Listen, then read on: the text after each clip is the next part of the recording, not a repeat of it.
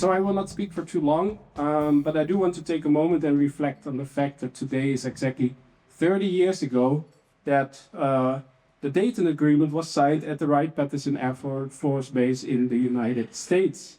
And I'm really glad that we have a meaningful opportunity today to revisit some of the developments that happened since, so in those past 30 years, but also to consider together and hopefully with some optimism the opportunities and challenges that lie ahead from Bosnia and Herzegovina.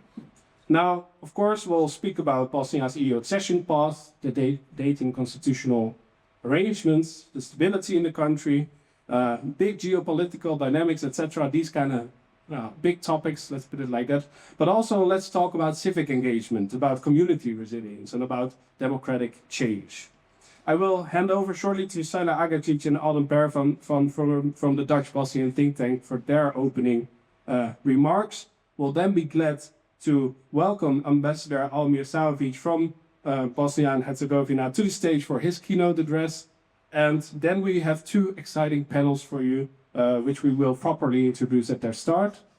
Followed by a concluding keynote by Ambassador Henk van der Doel, who came in from Sarajevo here to the Netherlands. Thank you also for coming to join us here at Clean. I'd like to remind everyone that our conference is held on the record. We have a live stream on YouTube, so anything you say can be used against you, just to be sure. Let me just finish with a big thank you to everyone who helped in making this conference happen, the teams at the three organizing institutions, and I'd like to hand over to Sila and Alden. Thank you.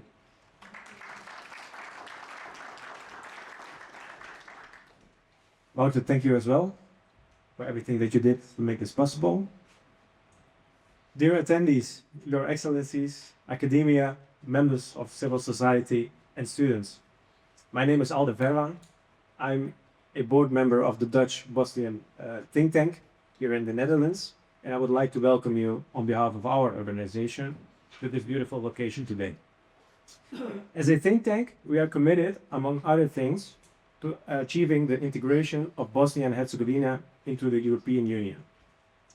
Although Bosnia and Herzegovina is considered one of the oldest states on the European continent, we would like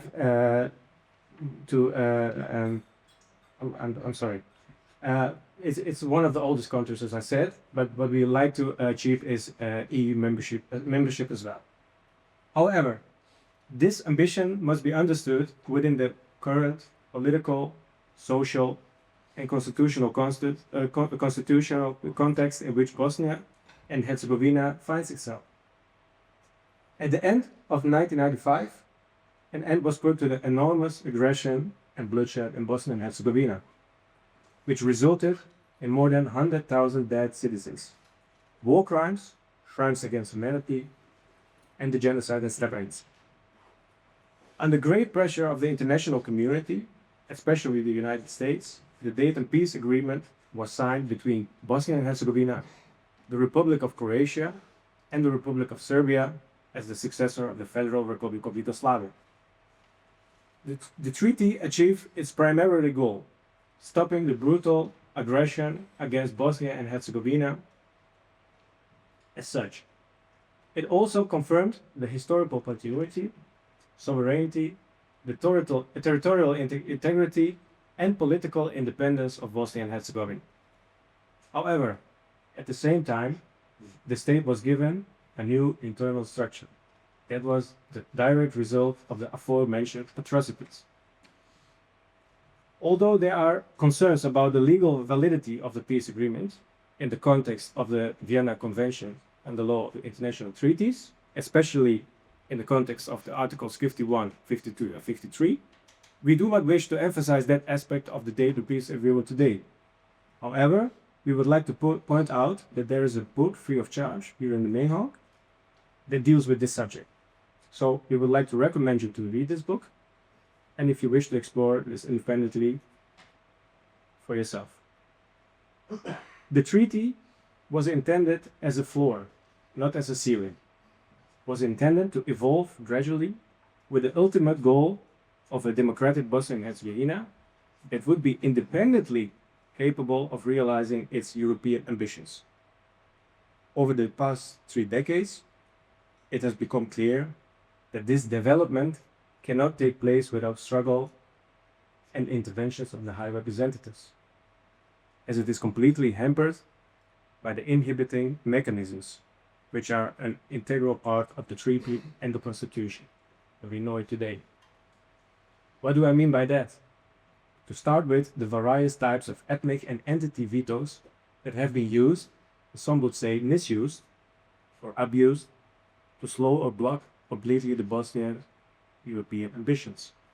Further, lower levels of power have continuously worked on undermining the state level, with often corrupt politicians promoting the interests of other countries instead of those of Bosnia and Herzegovina, thus undermining the further democratic development and European ambitions of Bosnia and Herzegovina.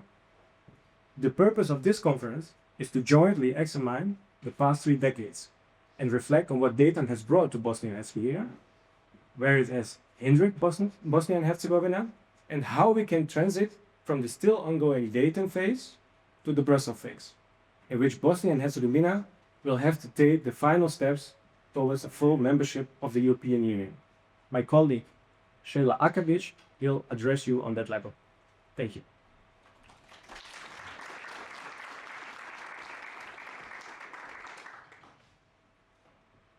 Good morning, all.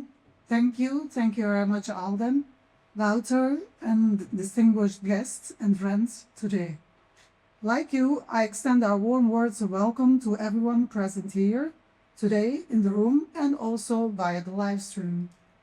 I would also like to thank our co-organizers, the Klingendahl Institute and the Hague Strategic Studies, for a very fruitful cooperation for approximately 6 months leading up to today. So my name is Sheila Akavic, and I'm one of the founding members of our Dutch, Bosnian Dutch BIG-NL think tank, which was established less than a year ago. In addition to everything that will be discussed today and that has been said about Dayton in the past, I would like to turn the spotlight on one almost forgotten group in all these conversations. I'm referring to the citizens of Bosnia and Herzegovina, more particularly its youth in Bosnia and all over the world. They are the reason we want to establish a new organization that is our BNL think tank today. Let me take you a few years back when I myself and a couple of my founding members, which are in the room today, decided to come together and start this organization. They were not all that young, but still young enough to realize that our voices were not being heard and reflected enough in public debates. Many of us, like myself, were born in Bosnia and Herzegovina, so I'm my age, grew up elsewhere, for example, here in the Netherlands. Hence, different and multiple societies shaped our views and perspectives, as well as our intellectual power and our ability to add new insights into discussions about the future of both our native country and our new home countries. We read the newspapers, followed and finished our education in different European countries, followed national and global politics, and realized that no one really spoke our language. Not in the native country of Bosnia anymore, but also not in the Netherlands or elsewhere. We realized that we would have to organize ourselves in order to be seen, to have our voices heard, and to be taken into account. As we often hear, youth of today is very much influenced by the internet, by social media, sometimes dubious sources of information. We wanted to contribute to factual analysis, to grounded and well-argumented and fact-based papers. And as the cherry on the cake, we wanted to organize events like this one. We also wanted to instigate discussions that will go beyond different entities, beyond different religions, if any, and focus on an ordinary person, a citizen, people like us wanting to make something of their lives. Students who study law, for example, and dream of their country being the full member of the member state of the European Union. These are key, yet often forgotten stakeholders in the future of Bosnia and Herzegovina. In the end, the history of the whole Western Balkans is scarred by nationalism, and unfortunately, we see its rise in the European Union today. That makes it important to look at what the lessons we can learn from the Western Balkans might be, evaluate what errors we should try to avoid in the future, and what positive elements could be used to strengthen both the European Union itself, its security in the current turbulent geopolitical times. So let's delve together into what I hope you will find to be the very well organized panels today, and make this day filled with curiosity and interaction. That was our intention a couple of years back when we first started planning this conference. Let's hear different and diverse views and voices and try and identify potential paths forward for Bosnia and Herzegovina together with the European states in the heart of Europe as it has been for centuries. Thank you.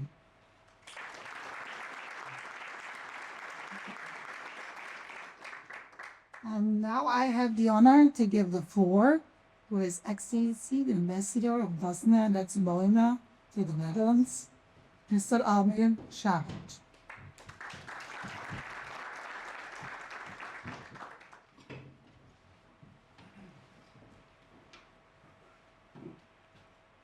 Ambassadors, dear colleague, Ambassador of the Netherlands in Bosnia and Herzegovina, dear members of Bosnia and Herzegovina Dutch think tank, dear members and friends from the Kligenau Institutes, dear friends, ladies and gentlemen, it's really my honor to be here today with you to exchange a little bit about this 30th anniversary of the signing of the Dayton Peace Agreement. 30 years ago, in November 1985, the signing of the Dayton Peace Agreement put an end to the war in my homeland, Bosnia and Herzegovina, and opened the road towards peace, reconstruction, and reconciliation. It gave Bosnia and Herzegovina a chance to raise from ashes of war and to start rebuilding our institutions, our economy, and what was also very important, especially at that moment, the confidence among our citizens.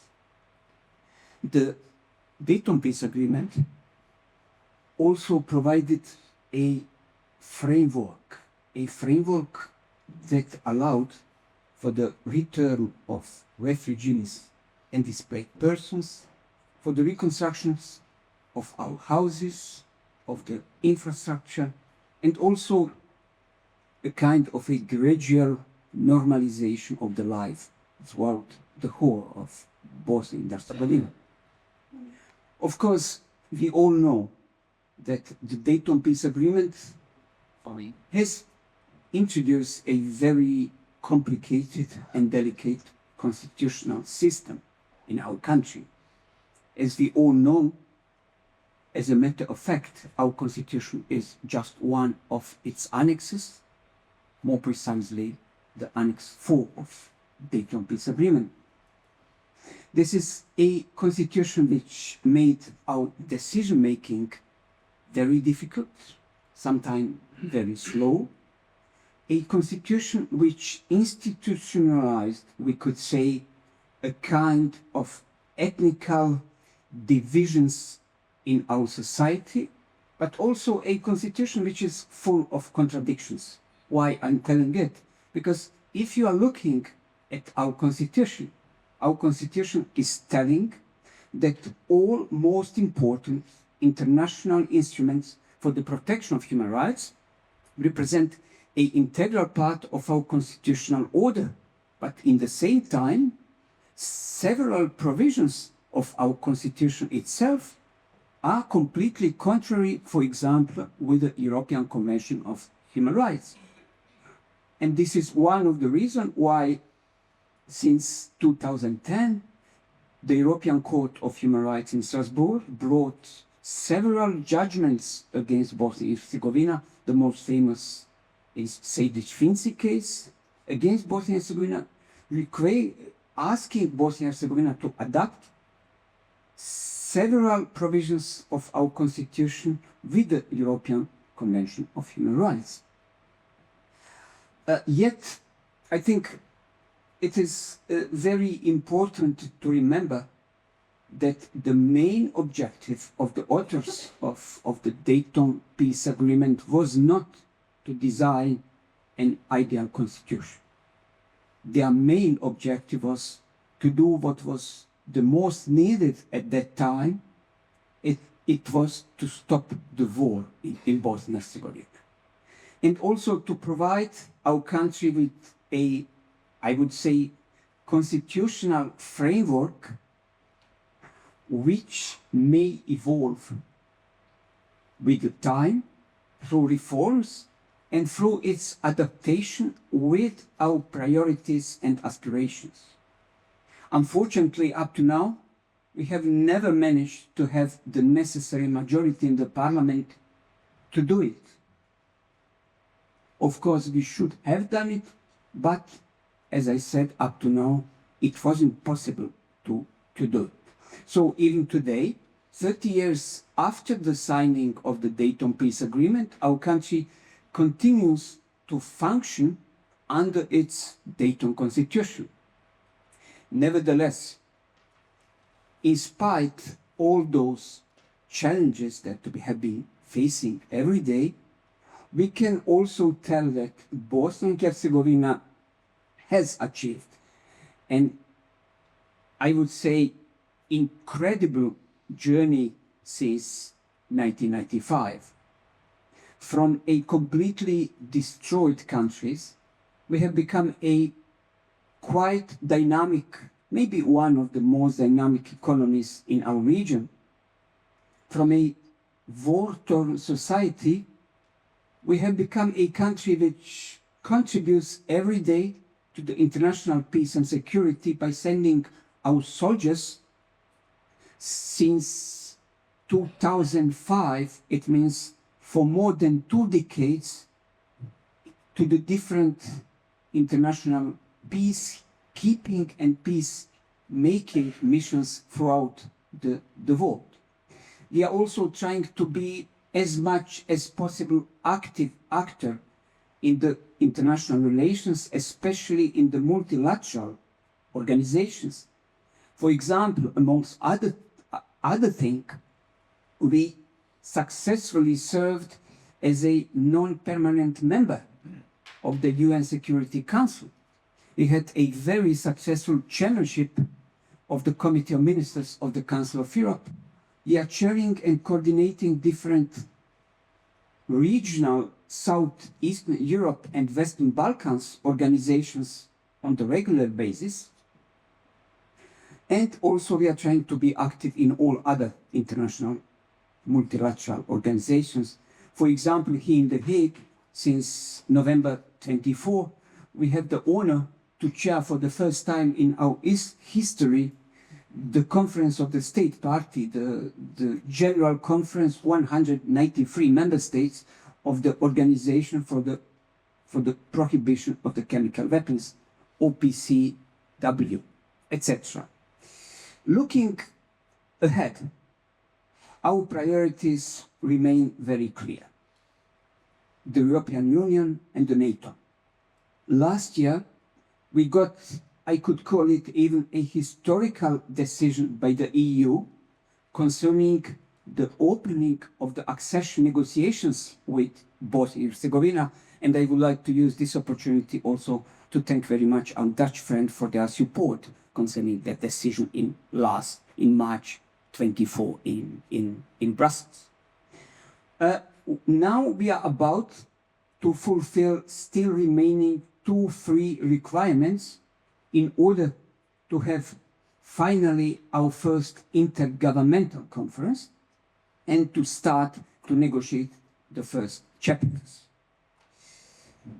Our advancement in the direction of the Euro-Atlantic integrations is, I would say, without any doubt, the best guarantee that the darkest moments of our history, of our recent history, will never be repeated.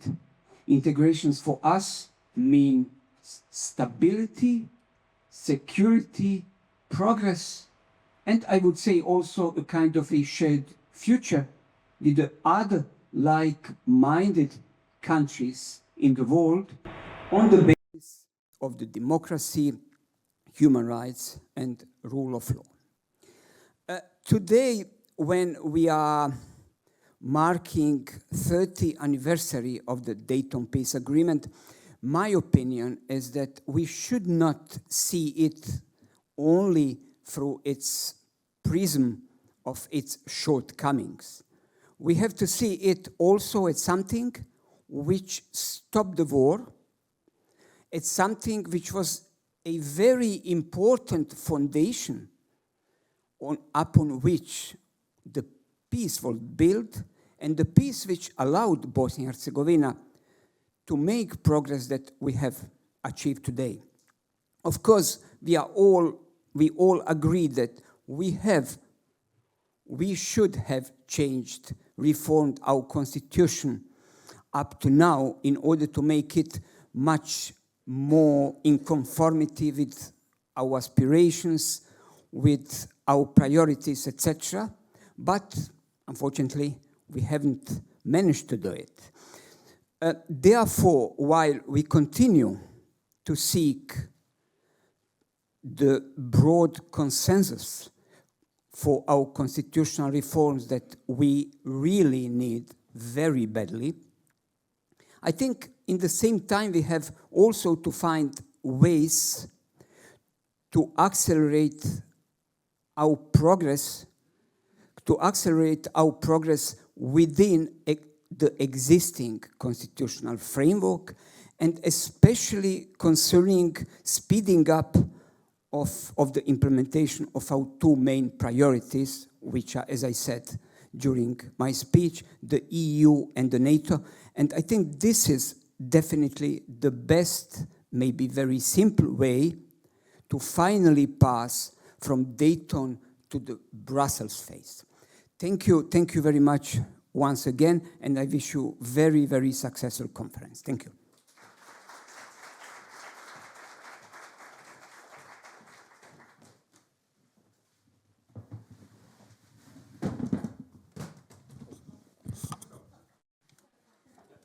All right. Thanks a lot, Mr. Ambassador, for your speech, for your open speech about Bosnia's, the legacy of Dayton, Bosnia today, and the ambitions for the future. Let's move to the first panel, 30 years of peace, 30 years of deadlock. What has Dayton delivered and what comes next? And in a minute, I'll call our panelists to the stage. But let me shortly introduce the topics we'd like to discuss in this first panel, which are first to look back at the legacy of the Dayton Agreement, analyzing the achievements, but also the challenges that remain in the country. Second, the imperatives and possibilities for reforming the Dayton constitutional framework. Third, the role of the international community in present-day Bosnia, including through the Office for the High Representative. And fourth, the EU's role vis-à-vis Bosnia and Herzegovina. And I'm glad to invite to the stage an excellent panel to discuss these questions with you. So let me first welcome to the stage Professor Tineke Strik. Please, a warm applause. Member of the European Parliament with the Greens. Hi, thank you. Great, thank you for coming. Please take whatever seat you like. You're a member of the European Parliament with the Greens European Free Alliance group since 2019. And before that, you were already, amongst other things, a member of the Senate here in the Netherlands for the Green Left.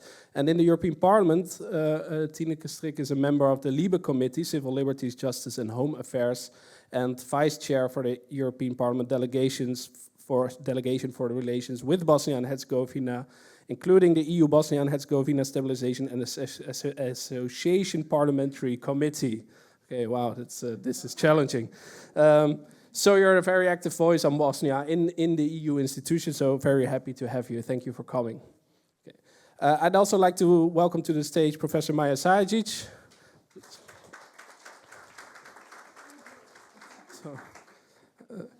I feel some distance between us somehow. But okay. Of course, yeah. So Maya Sajic is a professor of constitutional law at the School of Law and researcher at the Montagne Center for Rule of Law and Administration of Justice at Utrecht University. You participated a lot yourself in these constitutional reform discussions in Bosnia, and you just published a new book, or your work? Okay. All right, so there is a book, and we can talk about it.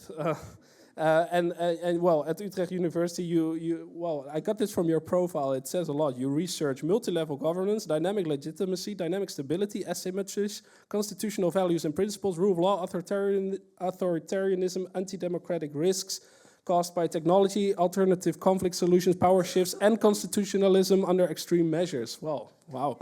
Let's try to discuss as much as that today. So thanks a lot for coming. Third, we have all the way from Los Angeles, we have Dr. Jasmin Mujanovic. Please welcome to the stage. And yeah, great. Finally, someone in my corner. Yeah. And thanks a lot for taking the time and effort to join us here in The Hague today. Jasmin Mujanovic is a senior non-resident fellow at the Western Balkans Center at the New Lines Institute for Strategy and Policy. Previously, you were connected, amongst other things, to Freedom House and the Friedrich Ebert Stiftung. And, well, you're a long-time and well-respected analyst on Bosnian affairs, having written multiple books on the country, including Hunger and Fury, The Crisis of Democracy in the Balkans, and another book, a more recent book, The Bosniaks Nationhood After Genocide. So thanks a lot for coming. Welcome. And then last but certainly not least, I'd like to call to the stage Dr. Robert Goren. Please. From the Ministry of Defense here in the Netherlands, thank you for being here today. And Robert Goren is a senior advisor, military strategy at the Military Strategy Directorate of the Dutch Ministry of Defense. And at this Ministry of Defense, Robert, you had a long-standing career. Among other positions, you worked for U4 as a staff officer and acting deputy chief of information operations. And I believe also in your current position, you're very much focused still on regional dynamics in Southeast Europe and in Bosnia specifically. So thank you for being here today. Now, just some very short housekeeping rules. I'd like to give each speaker about 7 minutes of time for their opening remarks. I will be strict on time. Thereafter, we will move relatively quickly to the Q&A, so please already think of your questions. I'm afraid that for our viewers on the live stream, we do not have a possibility to ask questions, so there's a real responsibility here with the people in the room to ask any good question you can think of. Well, somehow you're sitting in the right order, because I'd like to start with you, Jasmin, on my direct left, and ask you a bit to reflect on, well, what has been achieved with the Dayton Peace Agreement, what challenges remain after 30 years. Could you say a few words about the legacy of the whole agreement? Thank you. Thank you very much for having me. It's a great honor. I'm always pleased to be in the Netherlands. Bosnia and Herzegovina and the Netherlands have a very special relationship. It is, of course, rooted in some very painful experiences, but I'm always very sort of heartened and gladdened by the fact that the relationship has continued to evolve. And in particular, thank you to the Bosnian Dutch think tank for having us here. That's an example of that kind of evolution that I think really should be celebrated. Dayton has two bodies, right? To use a slightly medieval terminology, the king's two bodies. We have Dayton as the peace agreement, which is arguably the most successful peace agreement in modern political history. We have Dayton as the Constitution, which is a deeply dysfunctional, illiberal, unrepresentative, unaccountable, and untransparent document that has very much slowed and complicated Bosnia and Herzegovina's both European and Atlantic aspirations. I think it's interesting that this year in particular, and at the risk of sounding slightly conspiratorial, I think it was ultimately an accident of history, that we ended up with two significant developments that showed both how close Bosnia is to very meaningful progress and change, and also why those prospects still remain frustratingly quite distant. We had two significant developments this year. We had the appeals process of the so-called Kovacevic decision at the European Court of Human Rights. The decision was initially accepted and ruled upon by the courts favorably by the appellant Slaven Kovacevic. And those of you who took the time, for instance, to read that decision would have seen that the court took a very robust and I think very democratic view of the need for constitutional change in Bosnia and Herzegovina, and quite unequivocally said that the idea of centering ethnicity as the exclusive modus for political representation in Bosnia and Herzegovina was not in keeping with the European Convention on Human Rights, and ultimately, indirectly, also obviously with the EU acquis, which is to say, Bosnia and Herzegovina, if it is to be an EU member state, if it is to be a NATO member state, must go through constitutional reform that is in line with the normative and legal architecture of those two organizations. Unfortunately, that decision was ultimately overruled on an appeal in the Grand Chamber, although it has to be said that the appeal was largely on technical grounds, in fact, exclusively on technical grounds. It was very frustrating the way in which, unfortunately, the current occupant of the office of the High Representative involved himself in that case. It was very unfortunate how a number of neighboring states, first and foremost Croatia, involved themselves in that case. And then we had another major development this year, of course, and that was ultimately the rulings and conviction of the Bosnian Serb secessionist, Mr. Milorad Dodik, who was ultimately removed from the office of president of the Republika Srpska entity. That was an unprecedented development in Bosnia and Herzegovina, at least from a political standpoint. I mean, other political officials have been removed, but Dodik was this kind of, entity unto himself, no pun intended. And so seeing him removed from political power by the courts, on the one hand, demonstrated significant institutional capacity on the part of the Bosnian state. What was again very frustrating is that in the subsequent political developments, political actors within the region, within Europe, and obviously within BIH itself, prevented Mr. Dodik's political party from ultimately being ejected from their current place in the governing coalition. And again, a number of European states finally took the step of imposing entry bans on Mr. Dodik. Unfortunately, we were not able to get EU-level sanctions against Mr. Dodik, in particular owing to his friends in Budapest, but again, unfortunately, also due to some of the decisions or views that were prevalent in Zagreb. But there it is. So all of this is to say that there is the possibility, because history keeps moving forward. For instance, had the Kovacevic decision ultimately not been overruled, that would have created a significant legal normative architecture for moving the process of constitutional reform forward in Bosnia and Herzegovina. Had Mr. Dodik's party been ejected from the state-level government, we would have had a much more constructive set of political actors in power, including from the RS entity, because the opposition parties in the RS, with whom I disagree on a great many things, to be clear, but they have taken actually a very pragmatic view to some of these major political debates in Bosnia and Herzegovina.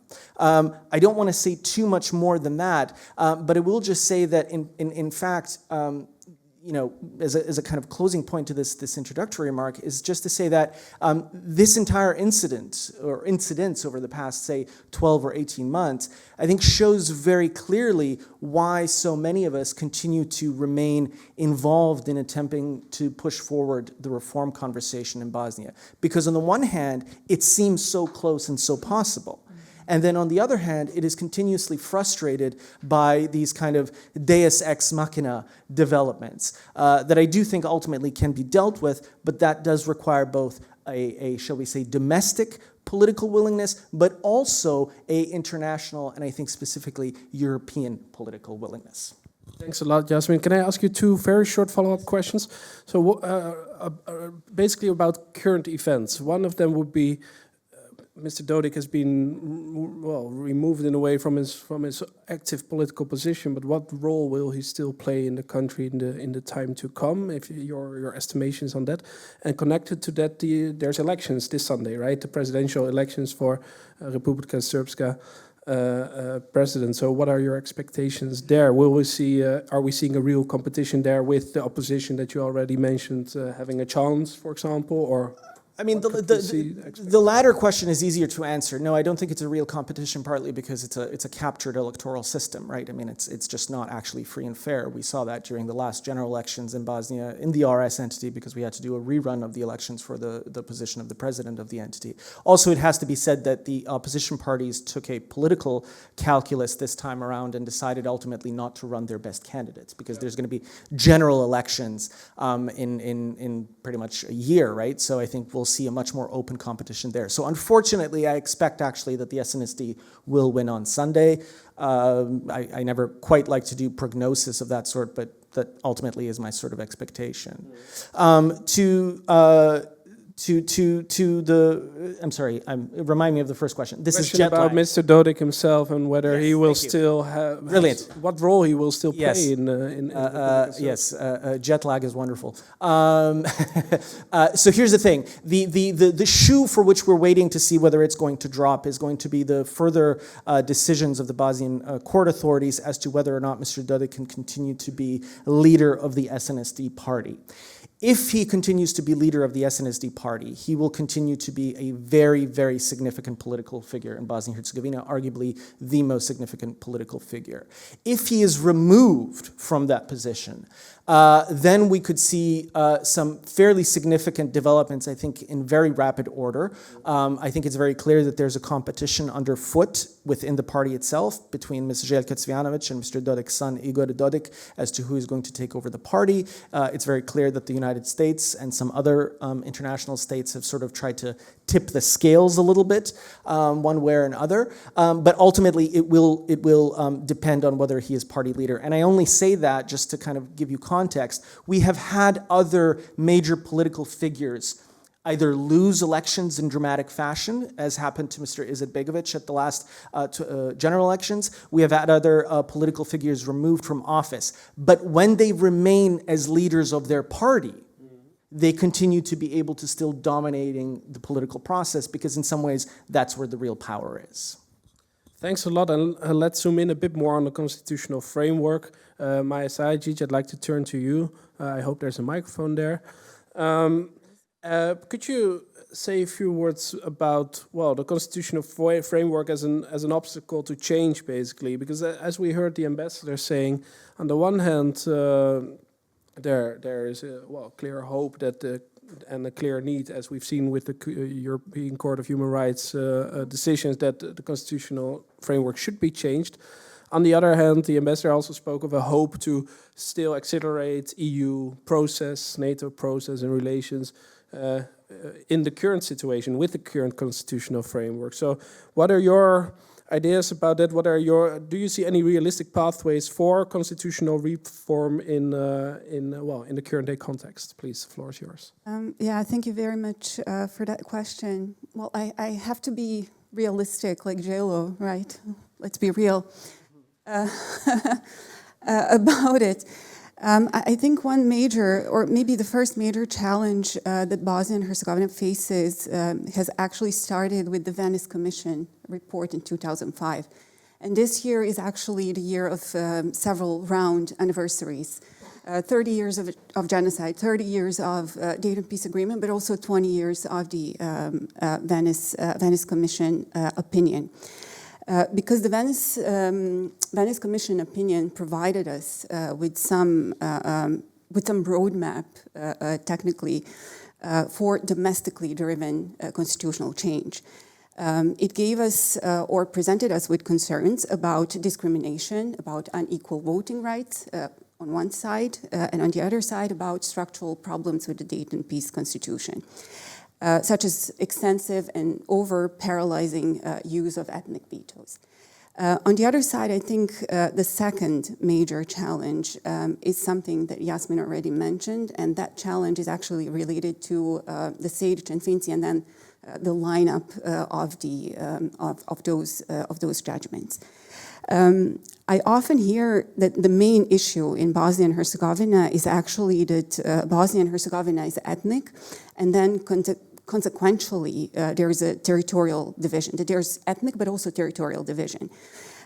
However, I do believe that the core constitutional challenge in Bosnia and Herzegovina does not stem from the mere existence of the ethnic parties or the strong ethnic collectivities.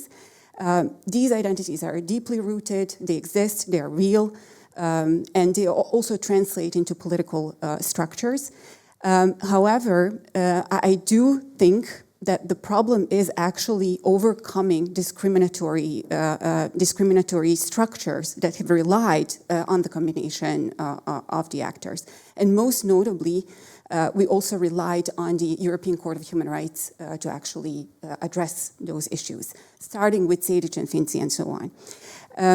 I have to say that Kovačević case, yeah, there is this element for sure, but how I see it as a constitutional lawyer, I see that Kovačević case actually provided us with this structural limitation even more clearly, sort of to say, because the applicant framed his case as a part of a broader push to transform Bosnia and Herzegovina from this ethnic parity model into something civic, into this statewide democracy, and so on. So proposing to remove every ethnic parity model into, as I said, a civic type of a state.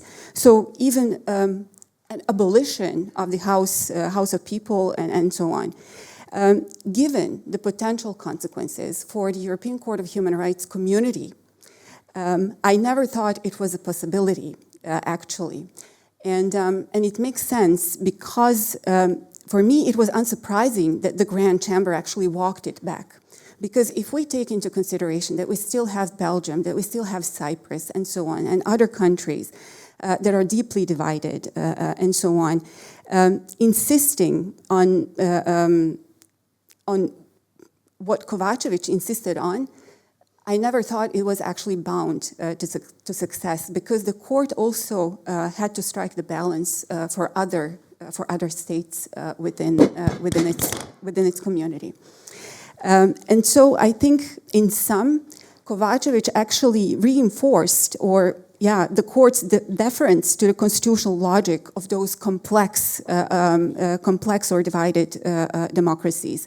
And this judicial restraint, in my opinion, combined with this domestic political resistance, underscores actually why constitutional reform in Bosnia and Herzegovina remains, well, possible in theory, but profoundly very difficult actually in practice, because the constitutional framework itself is protected not only internally, but also, as we see now, externally by the European Court of Human Rights. I think the third major challenge is actually the missed opportunities. And we've had many. If I talk to my colleagues who are also constitutional lawyers from Bosnia and Herzegovina, we cannot necessarily agree about the moment where, the exact moment where we hit the tip of the iceberg. But we do agree, most of us agree that it was the April package which actually fell through. Most of us agree about this. Some others have different dates in mind. Because the April package actually sought to operationalize this Venice Commission opinion and effort. And then at the very end, I think the final major challenge actually concerns this international dimension in Bosnia and Herzegovina, not from the outside, but from the inside, particularly this expansive role of the OHR. Because originally we see OHR as a supporting role to unblock the progress when it's needed, but at the same time there is a democratic deficit, right? So we're kind of walking on a very thin line, not being able to see when is it democratic deficit and when is it when we actually do need OHR to do it. And I think that PIC in its initial time, PIC actually thought that the OHR would be that there would be a gradual transition. PIC, the Peace Implementation Council. Exactly, Yeah. yes, Peace Implementation Council, towards this genuine ownership. I think with the last, and probably some of you will not agree, but I think what Schmidt did good, I think that despite this democratic deficit, throughout the past 2 years, Schmidt made changes, for example, to the criminal law, to the electoral law, that actually enabled the local institutions to act in the case of Dodik. It created the conditions for the institutions to actually act. And of course, I said, I know that most of you possibly will not agree, but at the time when those changes were happening, I remember I was saying, together with my colleague Leila Balic from the University of Sarajevo, this is what is going to happen, and nobody believed. And then when it started happening, of course, it was clumsy. We did not see it through in a very nice way, right? But at the same time, it was the first time when the local institutions actually took over and they tried to do something about it. I'll stop here because I think my 7 minutes is... Perhaps also for you, very short follow-up question then, because this final point, does that mean then that you would say that, well, that what the ambassador also mentioned, that perhaps some positive changes, etc., are still also possible under the current constitutional system? Can Bosnia make some progress on the EU path, on NATO path whatsoever, while struggling with the constitutional questions? I do think it's possible. There is, the question is, how do we go from Venice to Brussels? I don't think it's from Dayton to Brussels. I think it's from Venice to Brussels, actually. All right. So yeah. At least the destination. We're agreeing on the destination here. Yeah. So at least something has changed, right?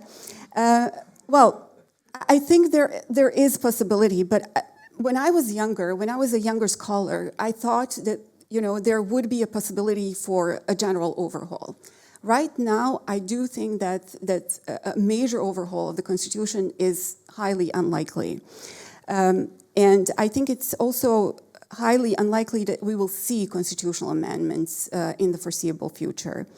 I do think that there's something else that we can do without the Constitution in place, and that is mechanisms of coordination. That is something that I was thinking about quite a long time, and we've seen these things happening. At the state level, we've seen examples also at the entity level, and when we say, yes, the police reform actually did not succeed, yes, it did not succeed, but we did actually see establishment of the agencies, of the coordination mechanism that actually enable the police coordination between the entities, for example. We've also seen, of course, coordination is quite rudimentary in Bosnia and Herzegovina, but there's a potential to do that. We've seen, for example, during the floods, it failed epically. It did not work well. But of course, it failed because this was 2014. 2014, yeah. It was because of the communication, not because there was no coordination, for example, potential in place. During the pandemic, it started and then it fell through. So it seems that it needs to be exercised in a specific way in order to be learned, sort of to say. So I see potential, for example, in coordination because coordination and communication connects levels, connects groups, creates trust between levels, between groups, and as such, it creates also solidarity. And solidarity also means a little bit more stability. It means understanding that there could be fair management in the system, no overpowering. So in that sense, I think we should be thinking along those lines. Somehow it doesn't sound like the most appealing thing, like mechanisms of coordination. Exactly. Perhaps we should come up with a somewhat more striking term, but it sounds like a very meaningful thing to do indeed. Robert, let's turn to you. We've talked a lot now about the legal situation and about the constitutional situation. I'd also like to focus a bit more in the second part of our panel on the security and the political situation in Bosnia. And Robert, perhaps you can also, you're working here at the Netherlands Ministry of Defense. Perhaps you can tell us about how the Netherlands assesses that stability situation in Bosnia and Herzegovina, whether there's here a sort of a sense whether, because we hear sometimes in the debates here in the Netherlands that stability or security even in Bosnia may really be under threat. I'm looking forward to hear your assessment, but also what the Netherlands itself is doing via the European Union, via NATO, to also help to raise stability or maintain stability in the country. So please, the floor is yours. Yes, thank you very much, Wouter. First of all, I'd like to thank the organization for inviting us here. It's well appreciated. And second, yes, my angle is slightly different from the previous speakers. It's security and geopolitics that are my main domain. So it's not the legal side, but it's another aspect of the Dayton Peace Agreement. Again, it's been mentioned by previous speakers, Dayton brought an end to the war, and the war was horrible and gruesome. And there was a general sense of relief inside Bosnia and in the rest of the world that the war had come to an end. So that's the major achievement of Dayton that we should not forget. And the war was, by all accounts, gruesome. What we also should remember that the Dayton Peace Agreement was the outcome of what happened in the military domain as well. In the month of August 1995, there was a large-scale offensive by forces from the government in Sarajevo together with Croatian forces, which pushed back the Bosnian Serb forces in the direction of Banja Luka. And that created the conditions on the battlefield which could lead to negotiations. Before that, the incentive, especially for the Bosnian Serb political leadership, to start negotiations was very limited. But the situation on the battlefield, the changed strategic positions between the parties, gave an opening for negotiations to begin, together with the huge international pressure, especially from the Americans, to find an end to this war. The other thing I would like to bring back is that Dayton initiated the implementation force, the military force, which was responsible for implementing the military side of the peace agreement. And in the beginning, there were more than 60,000 international troops present in Bosnia to make sure that this peace agreement would actually last, that it would not be, fighting would not resume, and that all warring parties would remain committed to the peaceful conditions. And with hindsight, that always seems more or less self-evident. But at the time, I remember speaking to some of my colleagues who were actually there.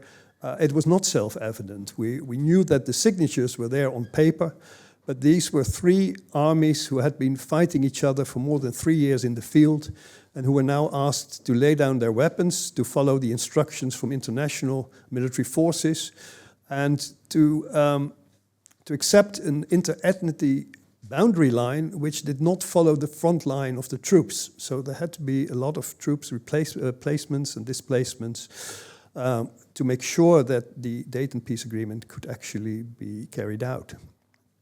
Of course, the implementation force lasted only for 1 year.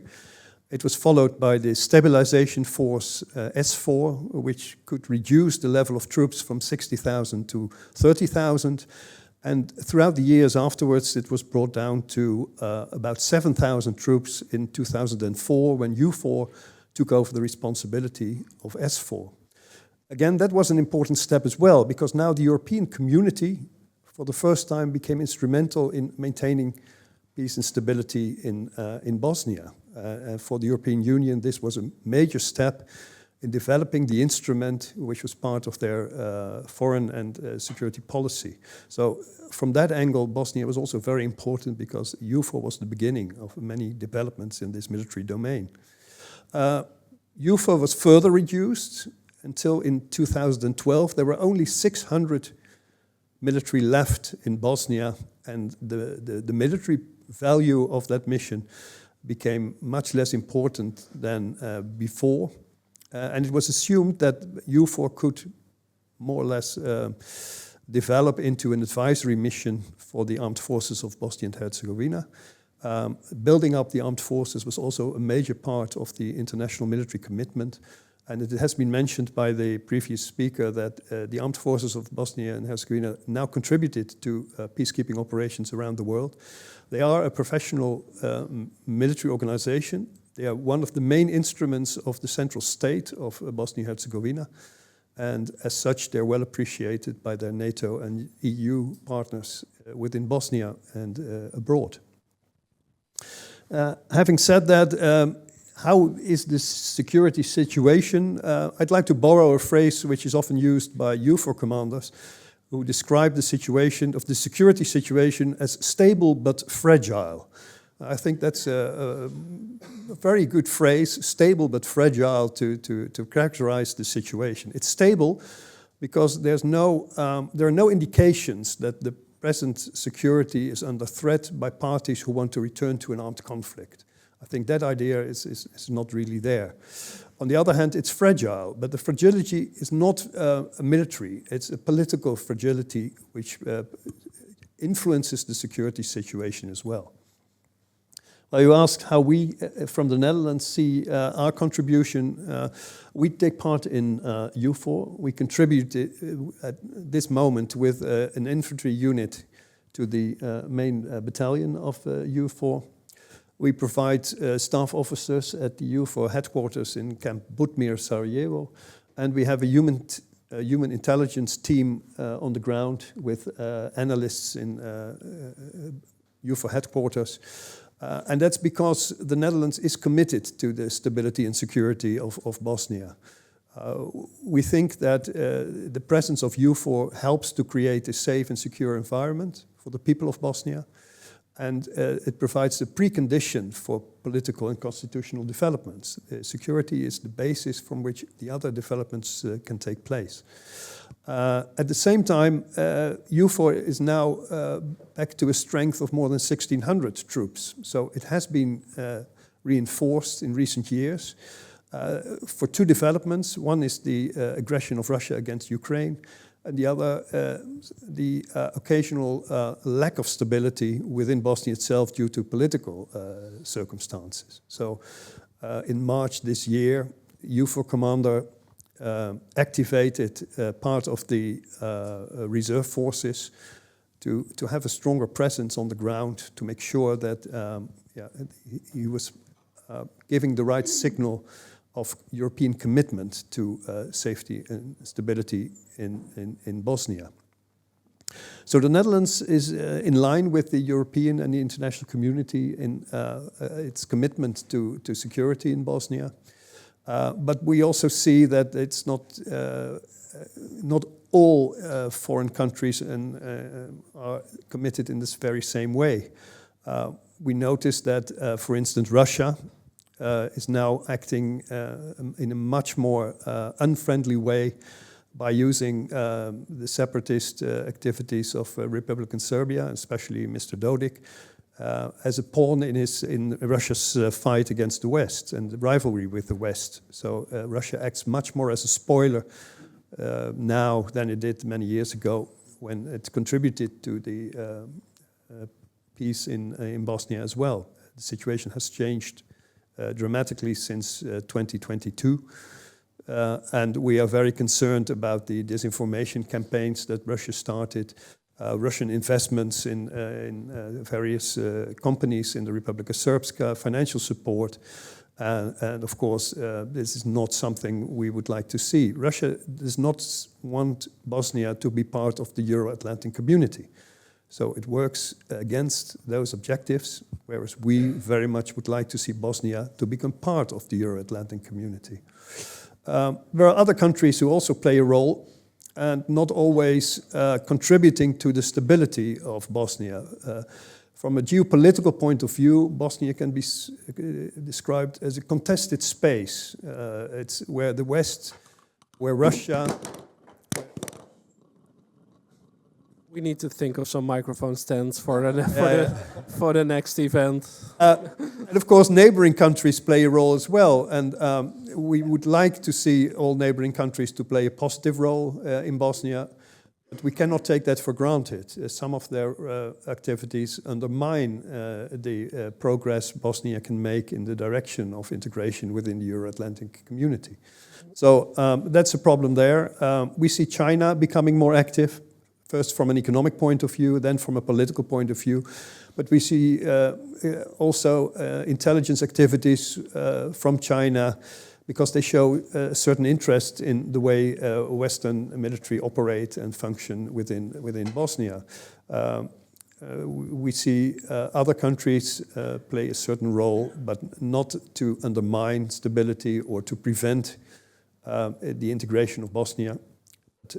They all have a different role to play. If Bosnia is part of our Euro-Atlantic community, the role of foreign players can be much more restricted than it is now. So that's something we look forward to. And that's why we as the Netherlands would like to keep our commitment to the security of Bosnia. And that's why we provide troops. We've been providing troops around the world, but in the last few years our focus is entirely on the Eastern Front, on reinforcing NATO, on building up our own armed forces. But contributing to security in Bosnia is still very much part of our outlook. I think I would leave it with that. Thanks a lot, Robert. I'd like to turn to Tineke Strik now with a difficult task, because we talked about the legal situation, we've talked about security, and now it will be up to you in a way to combine all these elements also with the political layer, the international layer, and the role of the European Union in Bosnia. And I noted in one of your speeches in the European Parliament, you noted earlier this year that the international community, especially the European Union, must act to help the country, Bosnia, to overcome division and let Bosnia prosper as an inclusive and real democracy, and of course as an EU member state. So my question related to that would be, you're saying the EU must do that. Isn't it already doing these kind of things? Isn't it already trying to support the country to become an EU member state? Please, and your reflections on everything that has been said are very welcome as well. Is he on? Yeah. Well, thanks a lot first of all for inviting me to this distinguished panel, but also to this celebration of 30 years Dayton. Let's see if it's a reason for celebration or not. But I'm really happy that you have this think tank in the Netherlands and that you're so active and visible, and I really love to cooperate with you.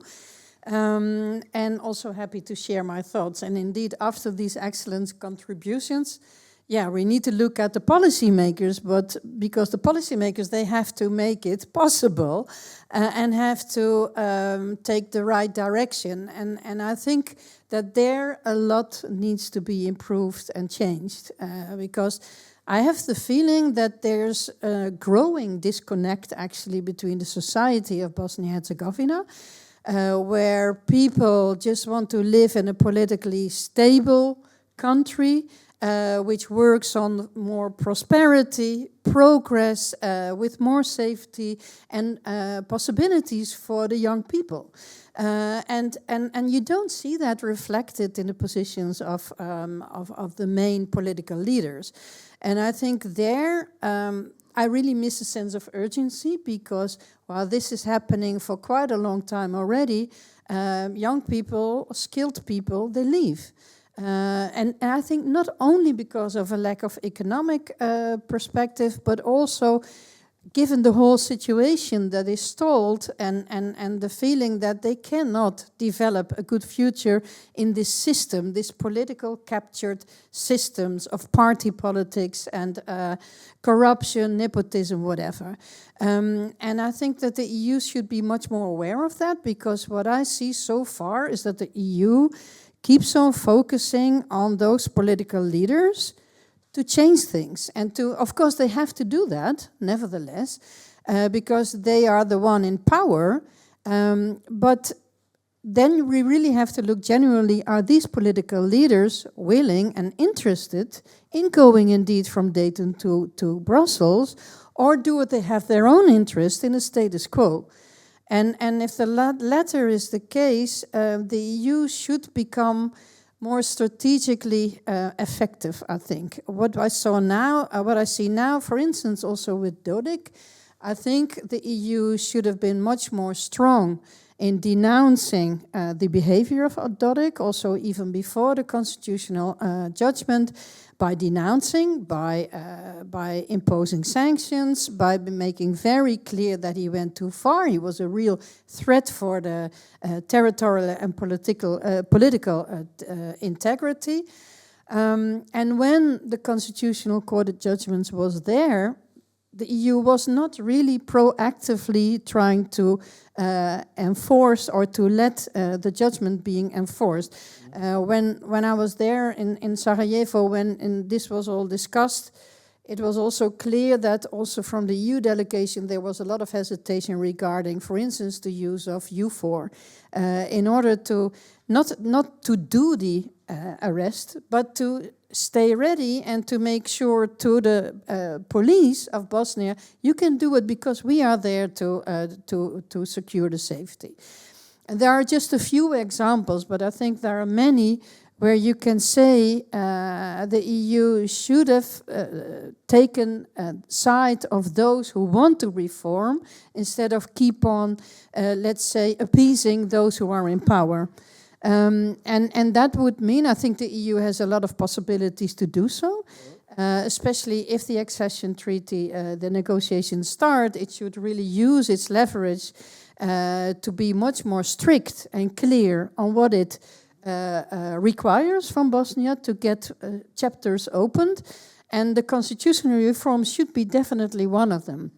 And maybe in stages, I don't know, I really understand it's a very complex situation, but we cannot let the situation continue that there's a huge gap between the European Court on Human Rights case law, despite the last one of the Grand Chamber. Still, all the others, they stand. And the impediments in the current system. Also to make sure that this crucial step towards democracy is being made, but also the fight against corruption, the judicial system, the fundamental rights, which are also very much under threat. They should be really at the core and they have the priority in the negotiations by the EU. And the use of conditionality also in the funding should be much more visible. This last example, for instance, of approval of the growth plan, of course, it's wonderful that, you know, in the end, there was a possibility to fund the country, but there was a very grave violation of the obligation to consult civil society, for instance, and local communities. And yeah, then did not happen or no? It did not happen. Oh. No, it did not happen. And I asked this week to the DG to the Secretary General of the DG, and he said, "Yeah, we will try to repair that one way or the other while implementing." You know, this is not very strong. Obligatory. Yes, it's sort of an obligatory. Yeah, process. I mean, how serious are you in your own requirements?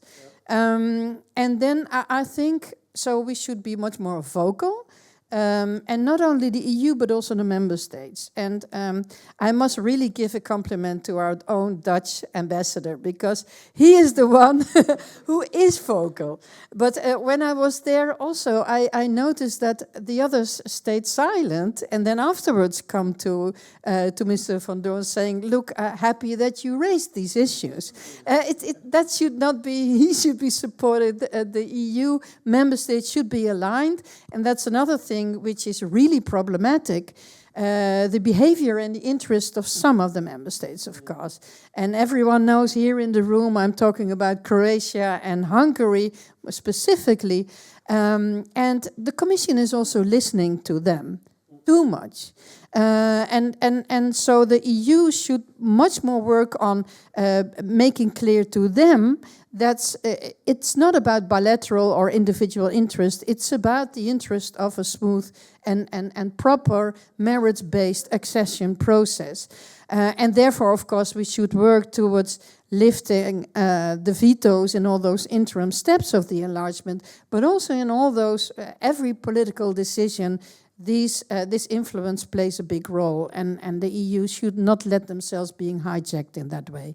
And that's also my last remark for the European Parliament. So far, we are luckily quite united in our national reports, in our recommendations, in our actions. I'm really happy with that, because there's also a lot of threat inside the European Parliament as well, with a few very influential actors trying every time to pollute the process. But so far, I think we managed to have good reports and common actions. And yeah, I think that's vital. And now it's up to the Commission to listen to that direction that that both society and international community should want. Perhaps a very short follow-up question, because I'm always wondering what is keeping the EU from being more proactive on the constitutional reforms, on the conditionality. Is that the internal divides between the member states, or is it also a sort of a general fear, perhaps, of that any change, constitutional change, for example, would at least temporarily affect stability situation, for example? What is your estimation there? Yeah, what you often hear is the latter argument, like, oh, but then, you know, there might be a further escalation and crisis mode. But actually, in my view, you are now fostering this crisis mode by not acting. Sometimes it may hurt a little bit, but then maybe at least something can change. And in this way, you foster this threat also. So it's successful. It pays out to threat because you're listened to and you're appeased. And that's the completely wrong signal that has been given. Now, also with the constitutional thinking, what I hear too often is, you know, why should we not indeed adopt the Belgian model, for instance, go to more regionalization? And I really think that would be the beginning of further segregation and maybe falling apart. Because at the moment that you start to think about three entities, sort of, or regions, there will definitely be a demand of more transfer of power to those regions, and it's not an incentive or it's not a guarantee at all that it would create also more effective state-level policy making. Thanks a lot.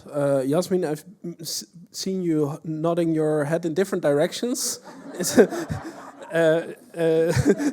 Is there anything you'd shortly like to and then we'll turn to the audience, so please have your questions ready, but perhaps a very short, if there's anything you want to respond on, if it's working, otherwise I'll give you mine.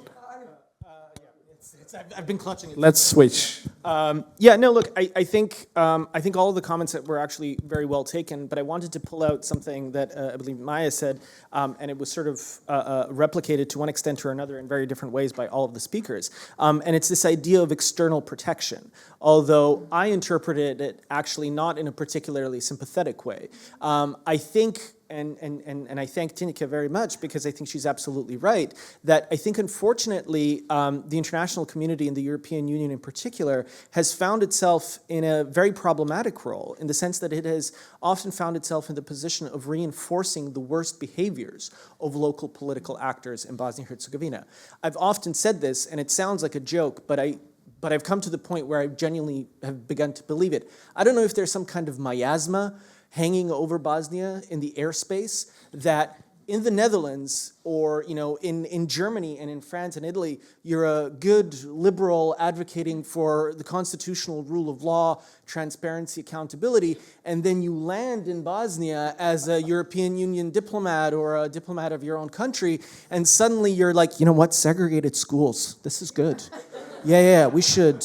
But then this is not affecting our Dutch ambassador, apparently. Not at all, so, not okay. at all. No. And this is why, but this is exactly the point that I wanted to make. There is consistency in the Dutch position and in the ambassador's position in particular, which is exactly what we need to hear from our other colleagues in the EU and other European capitals, which is, and it's also the thing that Bosnians themselves, that is the public, want. And this cuts across ethnic lines. If it's good enough for the Netherlands, it's good enough for Bosnia. Meaning, rule of law, accountability, transparency. We don't want you to lower your standards. Raise them. Raise them. And say, we want you to ask of us to live up to these standards. And the fact that that has not happened, I think, is just a downward cycle. Because here's the thing, and this is what I want to end on. Here's the thing about sitting across the table from Dragan Čović, Milorad Dodik, Bakir Izetbegović, and unfortunately, increasingly also Viktor Orban, Andrej Plenković, etc., etc. They have been doing this game a lot longer than you have.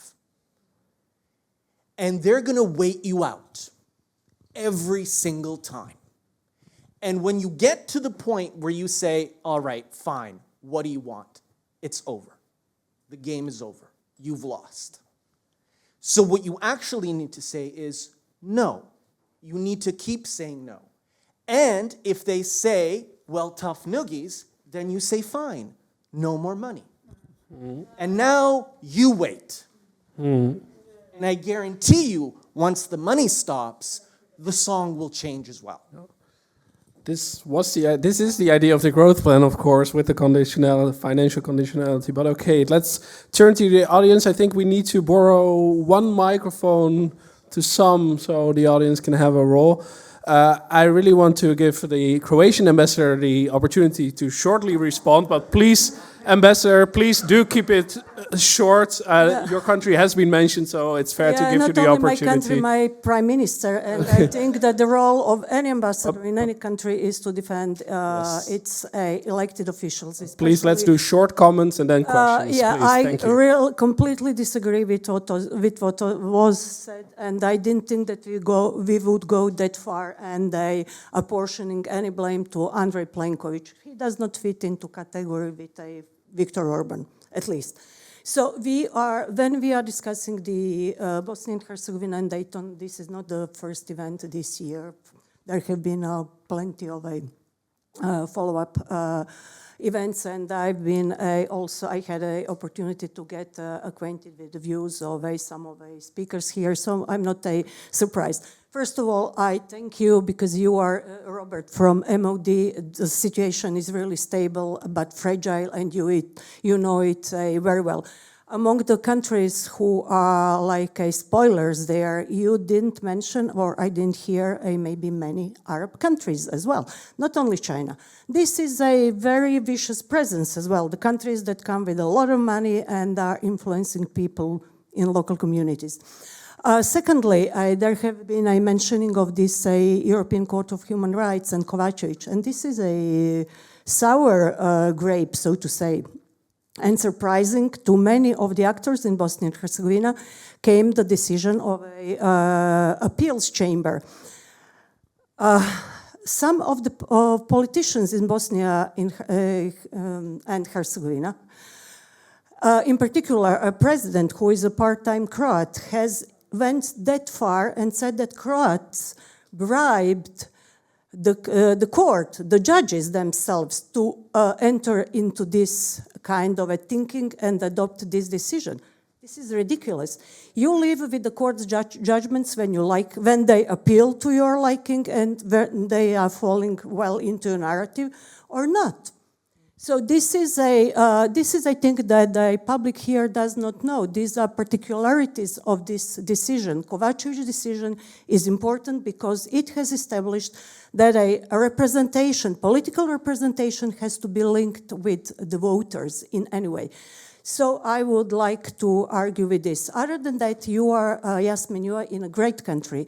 The country in which you have to learn that you agree even with you disagree. This is the country that embraces great many differences. The fact that it is living with the others and is able to live with the others does not mean that people are accepting. But people are constantly trying to work on something, but not in a manner to overpower somebody or dominate over somebody or find fixes. There are no quick fixes. 30 years, the Dayton was meant to stop the war. It stopped the 4 years of a bloody war, but there were events leading to that, such as Washington agreements between Croats and Muslims, split declaration, and then the armies. This is one of the greatest achievements, Annex II, when the armies were able to work under joint command. Then the people have to learn to accept the others and work slowly toward the mutually accepted agreement. And for us, the most important thing is adequate political representation of the Croats in Bosnia and Herzegovina. The fact that they are the smallest does not mean that anybody can dominate over them.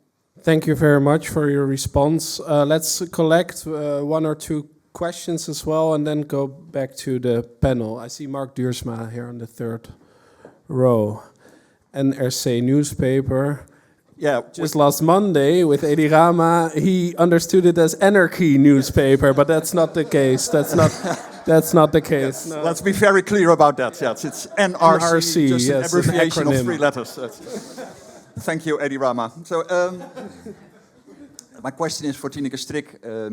You said that there's a growing gap between the sentiment in the population itself and the political leadership, and that the EU should not focus too much on the political leadership, which is often benefiting from maintaining the status quo. And I wonder, what's the alternative? Should that be civil society that EU should be dealing with? And if that's a yes, what is the power of civil society, both on a federal level, on the central level, and lower? Are there really good NGOs the EU should be talking to? That's what Thanks a lot. This is already alluding a little bit also to our second panel about civic empowerment, etc. But let's also discuss it with these panelists. Is there any other question for now? If not, then let's first move back to the panel. Who would like to go first? Tineke, you'd like to respond immediately? Yeah. Yeah, thanks for the question. I think that the EU should really think more how to achieve that. First of all, I think it would already help if the EU would be much more vocal and clear, like what is at stake. Because if the citizens start to realize that the current behavior or decision-making by the politicians is not in the interest of accession, is not in the interest of their future, they may be, becoming more critical and vocal and putting more pressure on these politicians as well. And this is why I think we should really make sure that the next elections in October will have some more guarantees of being fair. This integrity package that was imposed by the OHR should be implemented, and the EU could play a very clear role by demanding that this is implemented. So at least give the citizens a chance next time to choose for change, to choose for the European integration. And regarding civil society, like this example, I think with the Grow Plan, make very clear that it's not something nice to have, but necessary for the authorities to do, consulting civil society. And who those organizations are, I mean, it's not on me to decide who should be that one, and I'm looking forward to the next panel indeed. I think there are a lot of very good, capable, transparent organizations that could really help in this participation process and to represent the citizens. And also with funding, of course, really support them with sufficient funding in a transparent way, but they are really the actors, I think, that could help putting pressure on reforms and coming up with better legislation on corruption and fundamental rights, etc. Perhaps to add one question also for the other panelists, myself, if indeed, because we hear quite reassuring things about citizens and being civic-oriented and who basically want the same things as we want here in the Netherlands, prosperity, democracy, etc. But somehow that's not coming through in the political system. So why do citizens? You're almost saying citizens are not realizing that these politicians are not working in the interest of bringing the country to the EU, but why is the realization not there? I don't know if you want to quickly respond, but otherwise let's also give that question to the other panelists. You ask me? If you want to shortly respond, please. Yeah. I think that's a very I also ask myself that. Don't they see that this is not in their interest? I think it's very difficult to escape the current political system because it's so much, the power is there And as I refer to nepotism, it's also the whole relations around it. If you want to, if you want to develop yourself and have a role, it's very easy to do that outside of the current political system. So there must be a way to break through that. And therefore, I think we also need constitutional changes. So it's more a matter of forcing them also to open up the system and to contribute to that. But as I said, it's you really must choose the right incentives, because if there's more interest in the status quo, if accession is not the main goal for those politicians, you don't motivate them with accession perspective, then maybe the money would be the best vehicle. Thank you. Maya, please, you wanted to add? I just want to intervene briefly, because your question and also your answer, well, I have a small criticism for the European delegation in Sarajevo. A couple of years back, for example, they organized the citizens' assemblies around Bosnia and Herzegovina, and they involved citizens from the whole Bosnia and Herzegovina in this pilot project. They invested a lot of money in experts. I also participated with them. We worked together in order to produce, for example, constitutional amendments. And so imagine how people were very enthusiastic about it. And then what happened was a missed opportunity. The opportunity was missed because they came with the document. And then what happened, I can't remember anymore what was it, but it was a budget or something. Amira, do you remember? I have no clue. It was a budget, I think, that was about to be adopted. And the EUD decided to drop the citizens' assemblies. They never published it. They never went through it. So they had a meeting, but that was it. That was it. Wow, exactly, wow. So I think there's also, I mean, if you give people an incentive and then you do not follow through, that also means that you're letting them down. So next time when you organize, for example, something like that, it is very much possible that many of them will not even be part of it, right? And the document is still there. Yeah. So it's still there. There's a website. Yeah. But it's still very questionable how that was done.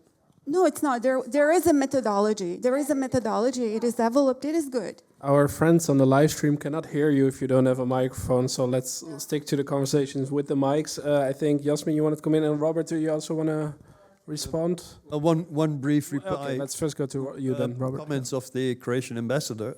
I didn't mention the Gulf states or Turkey because I looked at it from a geopolitical angle. Which are the countries that prevent Bosnia from joining the Euro-Atlantic community? And these countries, while they have a financial and economic and cultural influence in Bosnia, all focused on one community, they do not stand in the way of Bosnia's integration in Euro-Atlantic community. So perhaps you differ, but yeah. We don't see that in the same way as other countries influence developments in Bosnia. So that's why I didn't mention them, but we are aware of their role. Thanks.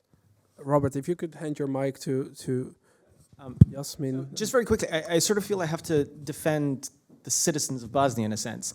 When you look at voting patterns in Bosnia, actually, you see that consistently somewhere in the neighborhood of 20 to 30% of the populace votes for what in any given electoral cycle is presented as reform-oriented political parties. Now, who is reformist in any given cycle has changed, okay. The problem then is what actually happens when it's time to form government. Because of the institutional incentives and structures that exist within the constitutional architecture, it's possible to do two completely contradictory things. One, you can have a very standard parliamentary outcome, which is what we saw, for instance, during the last elections, where the SDA was the biggest vote getter in the country. They won north of 20% of the vote. I think it was around 22% at the national level. But we're not part of the state-level coalition. Totally legitimate, because there was other political parties that had votes in the parliament. Here's the problem. At the same time, the HDZ, which has never not been part of a state-level government except for about a 2-year period after 2010, where Belgium and Bosnia were competing as to who would go the longest without a national government. Who won? I think, yeah, exactly. It depends on how you define winning. Long story short, you have a party that consistently wins less than 9% of the national vote and ends up with 30% plus ministerial seats, sometimes close to 50% ministerial seats. Why? Because you have an upper chamber that is completely artificially gerrymandered to ensure that there is ostensibly ethnic representation, but it's gone so far to the extreme that it completely impedes on basic democratic equality and legitimacy within the parliamentary process. Now, this actually goes back to something that we've been discussing implicitly. I think what's sort of pregnant in this conversation, as it were, is what is Dayton in a chronological sense? If Dayton is the maximum, then probably the Croatian ambassador and some of her colleagues are right, in the sense that we are just going to go further and further to what Tineke was referring to, further and further segregation, which will eventually implode the state, and each Bosnian can become a republic of himself. If Dayton is the starting point, which I think is what the international community intended, then we need to move the conversation forward. And I can say from, I don't want to say from the American perspective in the sense that I'm speaking on behalf of the US government, certainly not, but having had conversations with the American diplomats who were at Dayton, they are all very categorical about the fact that none of them expected that the agreement would survive in the form that it has survived for 30 years. And so at some point, we do have to break the taboo of changing this thing.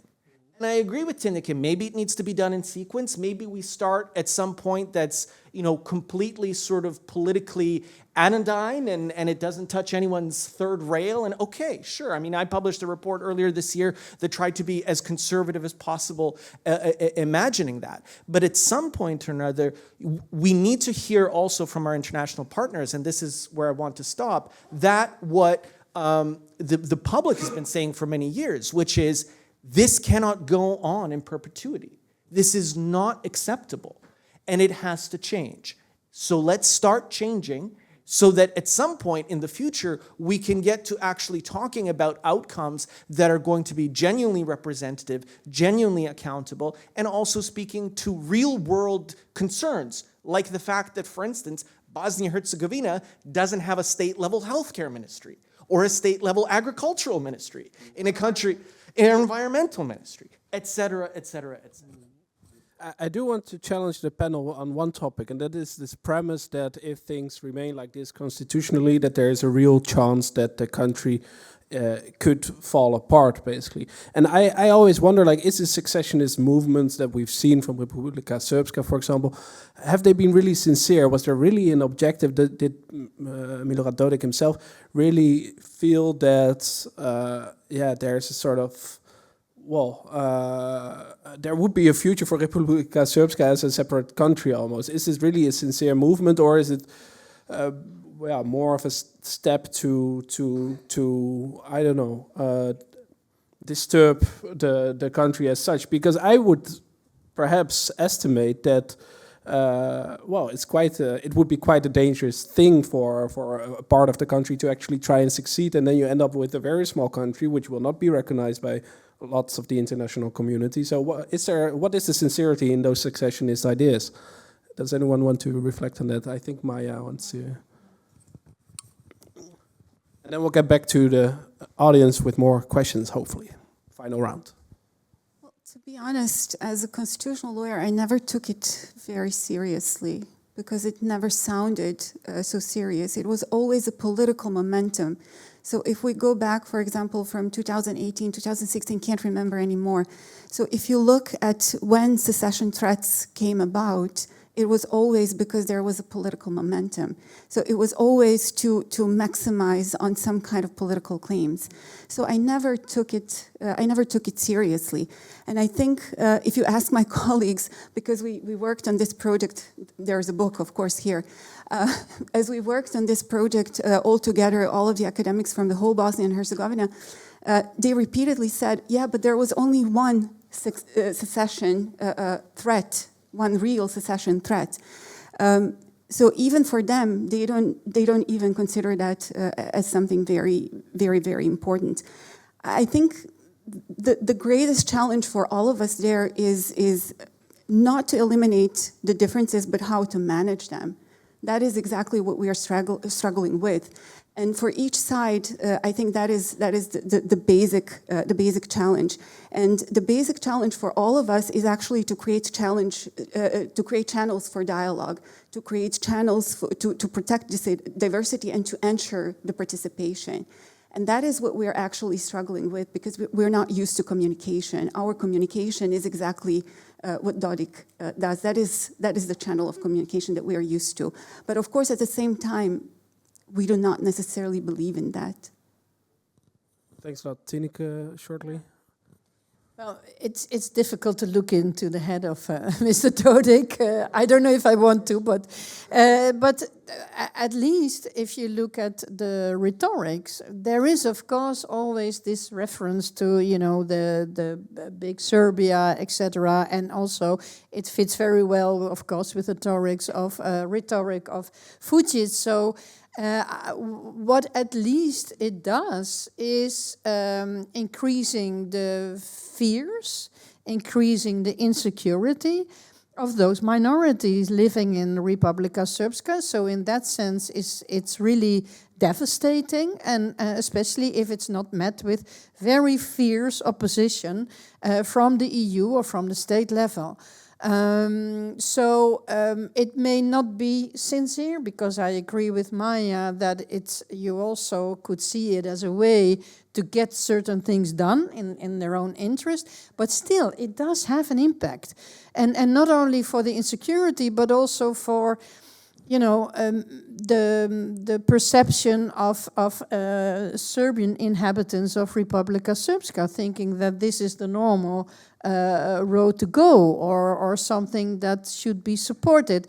At least it undermines the ambition of having one country with all the differences, but at least going into that direction of more integrity. So therefore, it should really be treated as a threat, whether it's genuine or not. Thanks. Let's go back to the audience. Are there any other questions? I see Nikkei Wendholt all the way in the back. And let's take another one. Where about? Yeah, okay, yeah, please. We'll take two at once. Yeah, please. Thanks so much. My name is Nikkei Wendholt from the University of Humanistic Studies. Thanks a lot to this panel. It was really a breath of fresh air, for your integrity, for your very profound knowledge. Really welcome in topics like these. My invitation to you basically is to expand a little bit upon, especially to you, Tineke Strik, what your call in the European Union means for a country like Serbia. Would you call for the same cooperation with civil society? And what kind of organizations are you thinking of, like RECOM, like Women in Black, perhaps to be a little bit more concrete there? In that same idea, and perhaps it's already a bridge to the next panel, I don't know, but to expand perhaps a little bit upon the student-led protests and what they could mean for the region too. Thanks. Thanks a lot. And then there was one more question here on my right. Yeah. Thank you. My name is Lars Buurma, the Hague Academy for Local Governance. I'm curious, and you started referencing it a little bit. We need to move forward. The Constitution stalemate, but this has been the situation for a very long time. We never thought it would last. What is really needed? What are the changes or pushes, incentives that need to happen to actually break through? That's the key question. And then beyond that, do you have ideas of what the next constitutional order could look like? You already started going to, it shouldn't be regionalization, federalization, but what is the vision that or scenarios that you would vision, then I think I don't have a specific person to address this to. Thanks. Let's go back to the panel. Perhaps, so what local organizations to work with, basically, a question about Serbia and the situation there, and then what specific issues should be pressed on to make constitutional change happen, and what would that constitutional change look like? Maya, can I start with you, and then we go back to Yasmin, and that's then also the final round. So if you have any final comments to make, please do so. Yeah, I think there are some prerequisites, but before we even start thinking about, structural, procedural processes and so on, I think there are some prerequisites that we need to think about. And I think one of the prerequisites is something that you mentioned, and that is to strengthen the trust, for example, in the political process. We need active participation of citizens. We need active participation of NGOs. So that needs to come forward. We need to strengthen that. Especially in public debates, that is very much needed in decision-making forums and so on. So citizens and NGOs, they need to be invited actively in those. The other thing I think that what needs to happen is to invite international stakeholders to actually shift their focus from initiating extra institutional decision-making and move back the decision-making to the institutions. Because most of the decision-making that is happening right now in Bosnia is actually happening outside of the institutions. So that is something that I think that needs to happen. And then also I think the instruments and mechanisms of sanctions for those representatives who would obstruct or abuse the elements of the system, either structural or procedural. For example, parliamentary attendance, non-attendance, and so on. So that would be, for example, a way to actually create preconditions to, for example, financial penalties and so on. So these are preconditions to actually have people start talking about constitutional reforms. And then after that, how it will look like, I said, possibly coordination. You need to build trust because there's no trust right now between the parties, between the levels, between the groups, and so on. I see the potential in coordination, and I also see, especially through this project, for example, in this project, what we did the second track diplomacy. That is technically what we did. We built, together with 3 other colleagues, we built an academic platform between several academics from the whole Bosnia and Herzegovina, and we collaborated on creating the first glossary of constitutional terms in Bosnia and Herzegovina. So that means that I was building this particular glossary together with a colleague from Banja Luka, but also from the colleagues from Mostar. And of course, colleagues from Sarajevo were also writing together. It wasn't an easy task, but that is also what we need to do. So we need to create trust between each other in the same way we did, for example, in this particular project. I would expect this also, this level of trust to start to build up between, for example, political parties. And starting with that, we can start talking about constitutional changes. As I said, there shouldn't supposed to be overpowering, there shouldn't supposed to be, there should be the idea that there should be, the management of the system should be based on trust, that there wouldn't be overpowering. So I'm looking. Yes, Yep. sorry. No worries. It's very interesting. That's the thing. But I have to do some timekeeping here. So thanks a lot, Tineke. Final reflections, and please please the questions as well. My call for more consistency by the EU also applies to Serbia, of course, very clear. I think the EU should have been much more supportive to the students' protest, to the bigger protest and their criticism on the corruption in the government, but also the increasing autocratic level in the Vučić regime. Although we have a new government now, not everything is resolved, that's very clear. They should have been listening more to. I think that the way that the Commission acted also let's say, more cemented also the distrust in the EU, and this was really a big missed opportunity. I think in the previous term, we had Farheli, which was very clearly, almost openly, a fan of Vučić, as an ally, of course, of Hungary. And this was really making a lot of harm. And now it's really up to Kos to actually do the opposite, to really choose side of the civil society. Which organization exactly, this is, not up to me, but I'm also not knowledgeable enough saying something, but those who generally represent the certain interest of the civil society should be taken seriously. And so a lot needs to be done there, and also be more openly clear on what is wrong there and what should be changed in order to have any possible progress in the negotiation process. Thank you. Maybe just finally, Final thought. because these things that what should be changed, I think Maya already said a few very important things. It's of course the one man, one vote principle being much more clearly implemented, and also do away with a lot of vetoes, which also really impedes a normal democratic process. But let me say just one thing to conclude. It sounds all quite pessimistic, and I don't want us to leave with this pessimistic note at the end of the 30 years celebration of Dayton Agreement. There must be a possibility to change, to overhaul this system into the direction of more civic democracy. And Yasmin is right, there is an increasing number of population also with voting that they show that they want to go that direction. So let us be very clear also ahead of the next elections, because last elections people were hopeful, they became disappointed again. So that we as EU also show also support to them, not only be critical, but show support to them and say there is a perspective, you can do it, look at Albania, look at Montenegro, please go for it and make sure that your politicians that you're going to elect serve your interest and not their own. Thanks a lot. Robert, any final reflections? 30 seconds. Following this, I pass.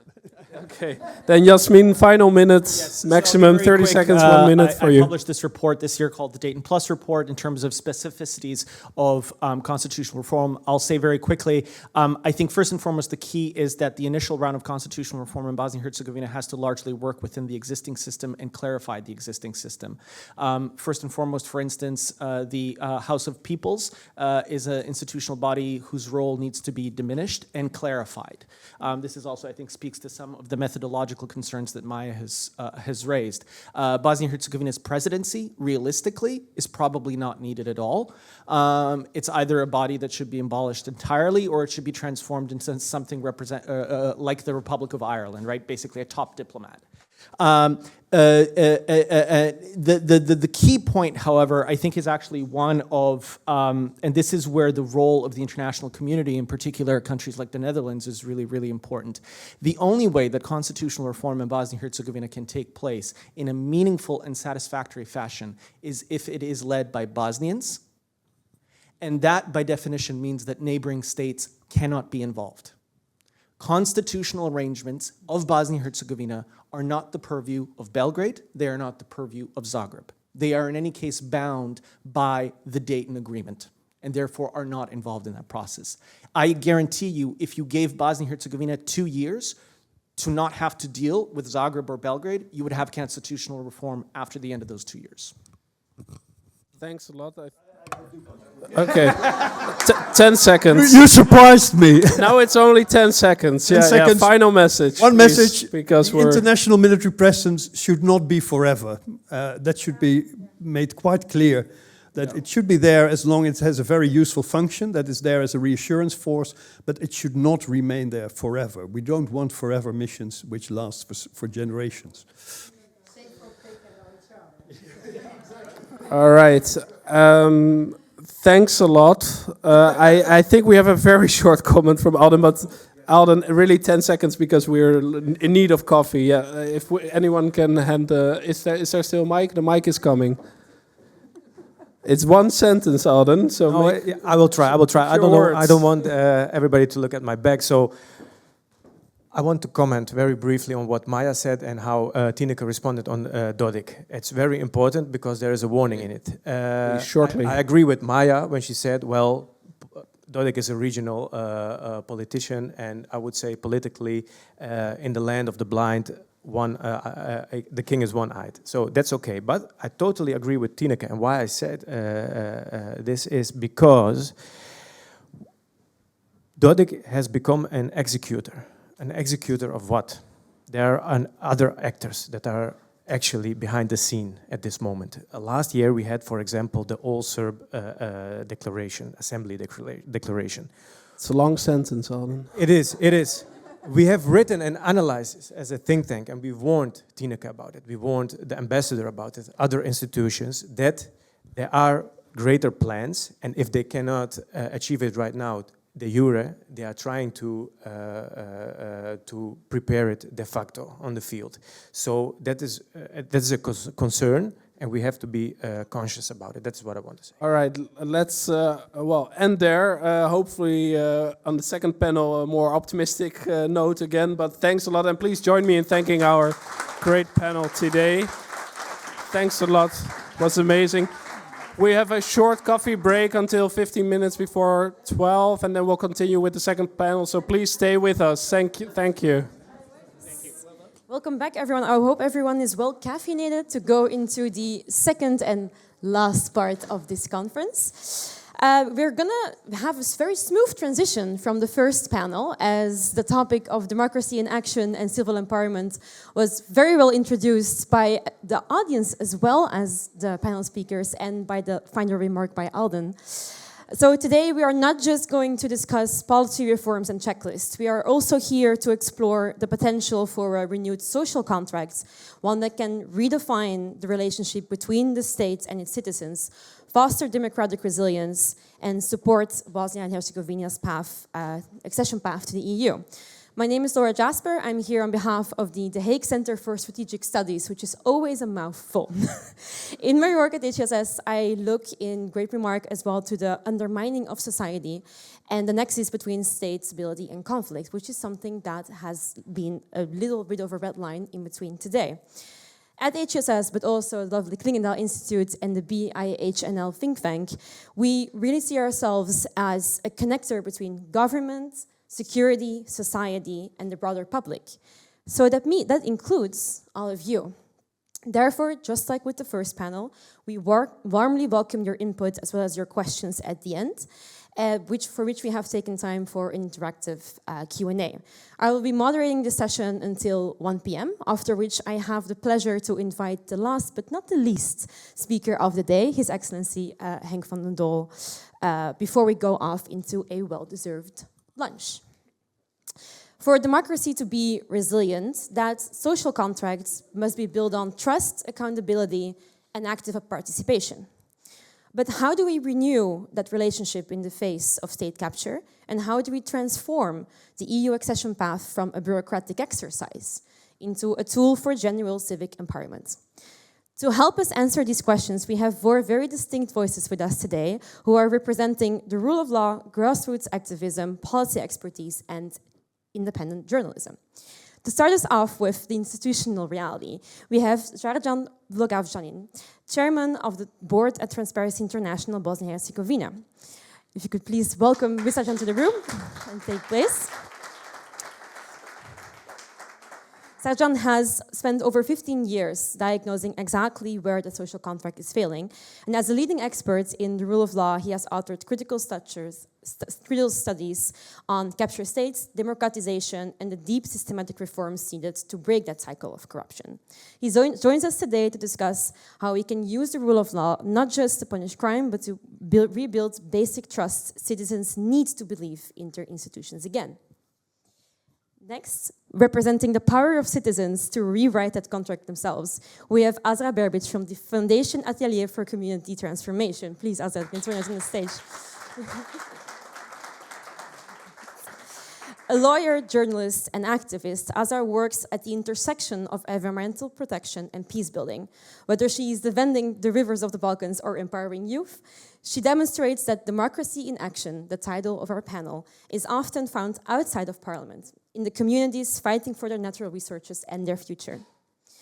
To ensure that we never lose sight of the human story behind politics, we have Marjolein Koster.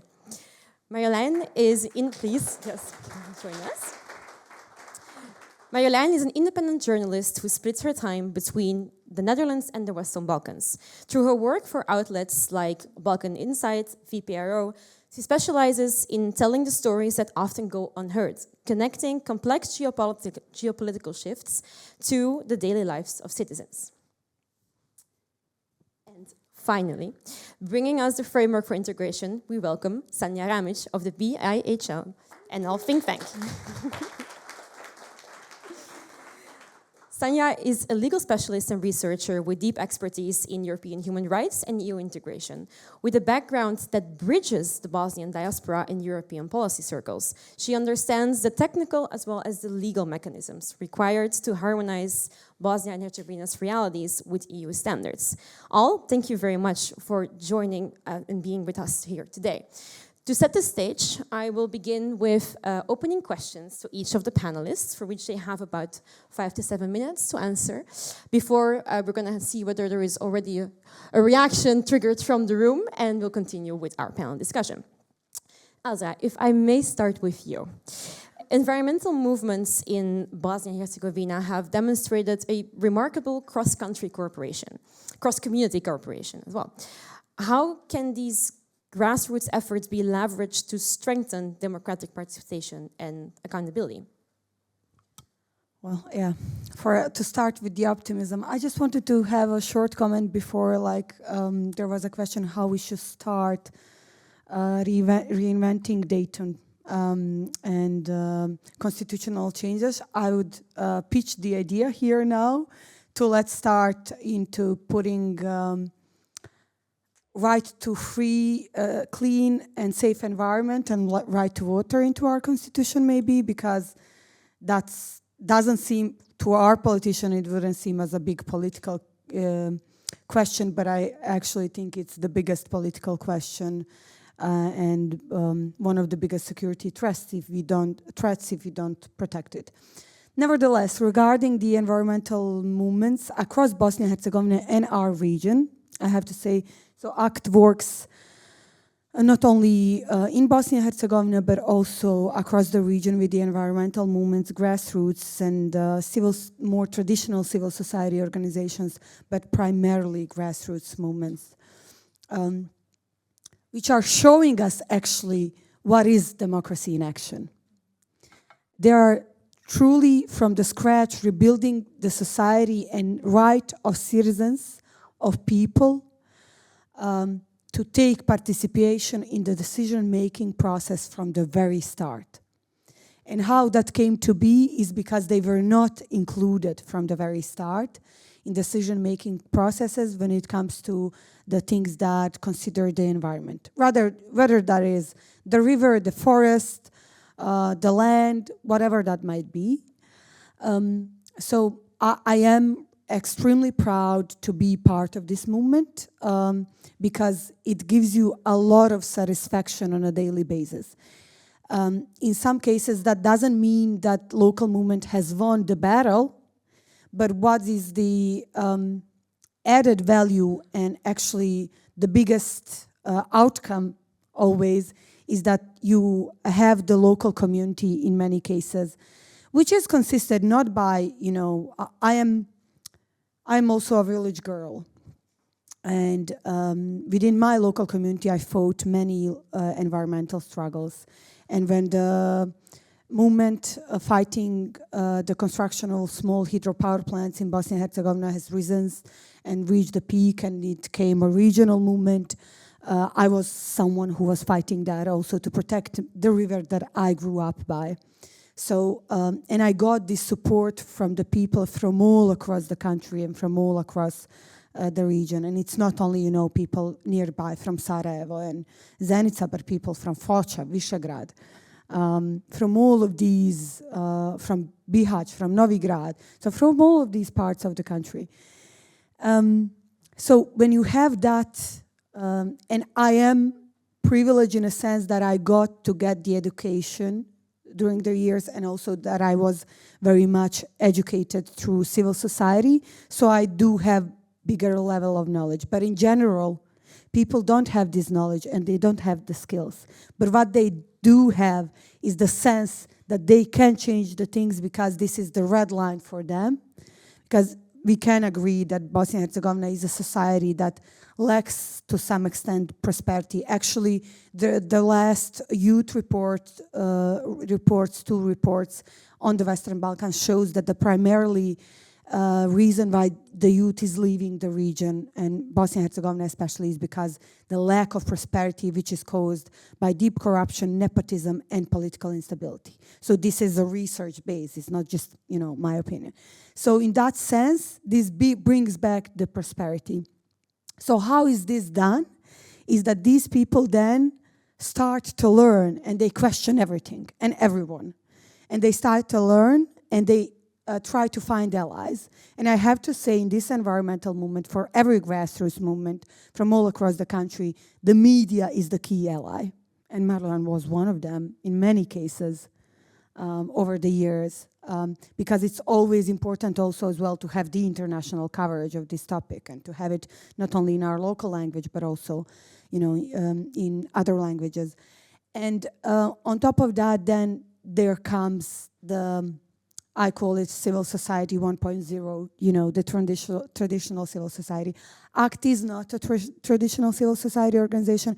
It was founded to fill the gap in between, these communication channels, in a sense, how to put this problem as an agenda to the politician tables, which all we as a coalition have managed to do, but it was a result actually of a decades of struggles from a grassroots movements. And all of us within the team are members of grassroots movements from all across the country.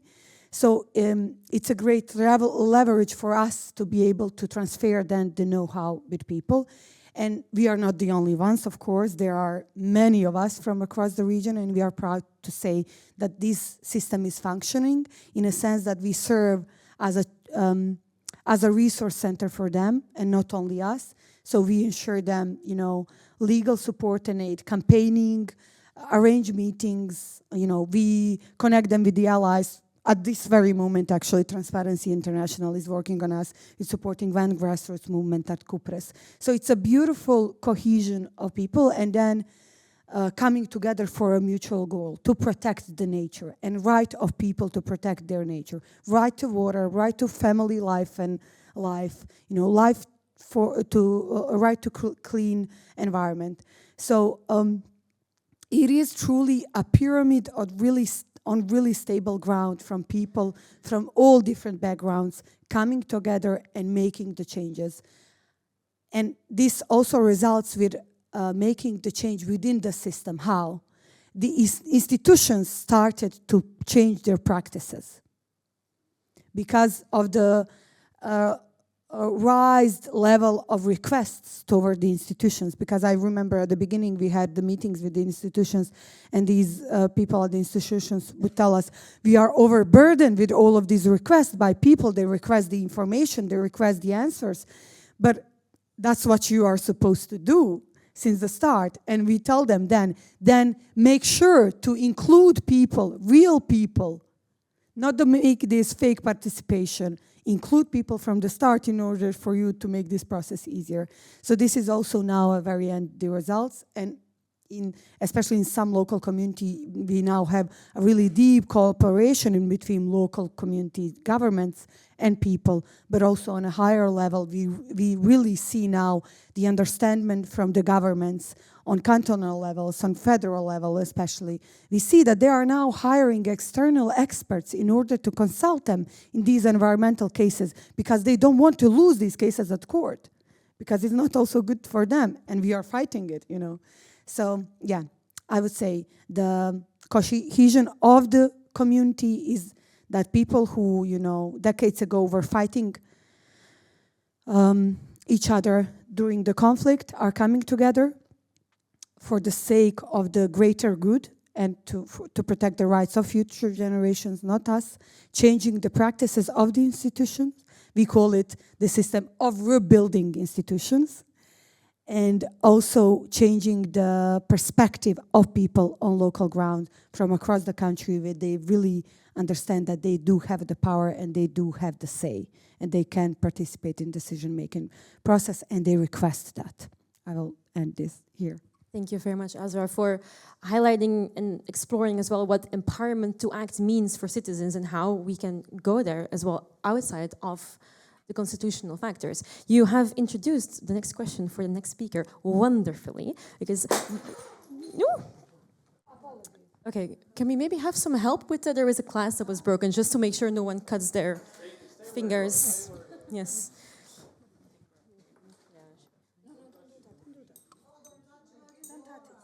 Okay, try to help. Okay. If this was kafana, this would be, you know, very much appreciated, because we are celebrating 13 years of Dayton. But we are not still yet there. We have the saying, scherven brengen. But if you see me at kafana, you can expect this from me. Okay. Well, I was instructed not to touch. Apologize. So no worries. Let me ask this, the next question. But for you, Marjolein, actually. Based on your reporting and work with communities, what are the most significant obstacles to citizen engagement in Bosnia and Herzegovina, and how can they be overcome to rebuild trust in democratic processes? And how has your experience on the ground working with these communities and talking with them shaped your perspective on, well, the topic of today? Well, first of all, thank you to all of the partners who organized this conference and who invited me to speak at this panel. I don't know if I should continue talking. Well, maybe, yeah.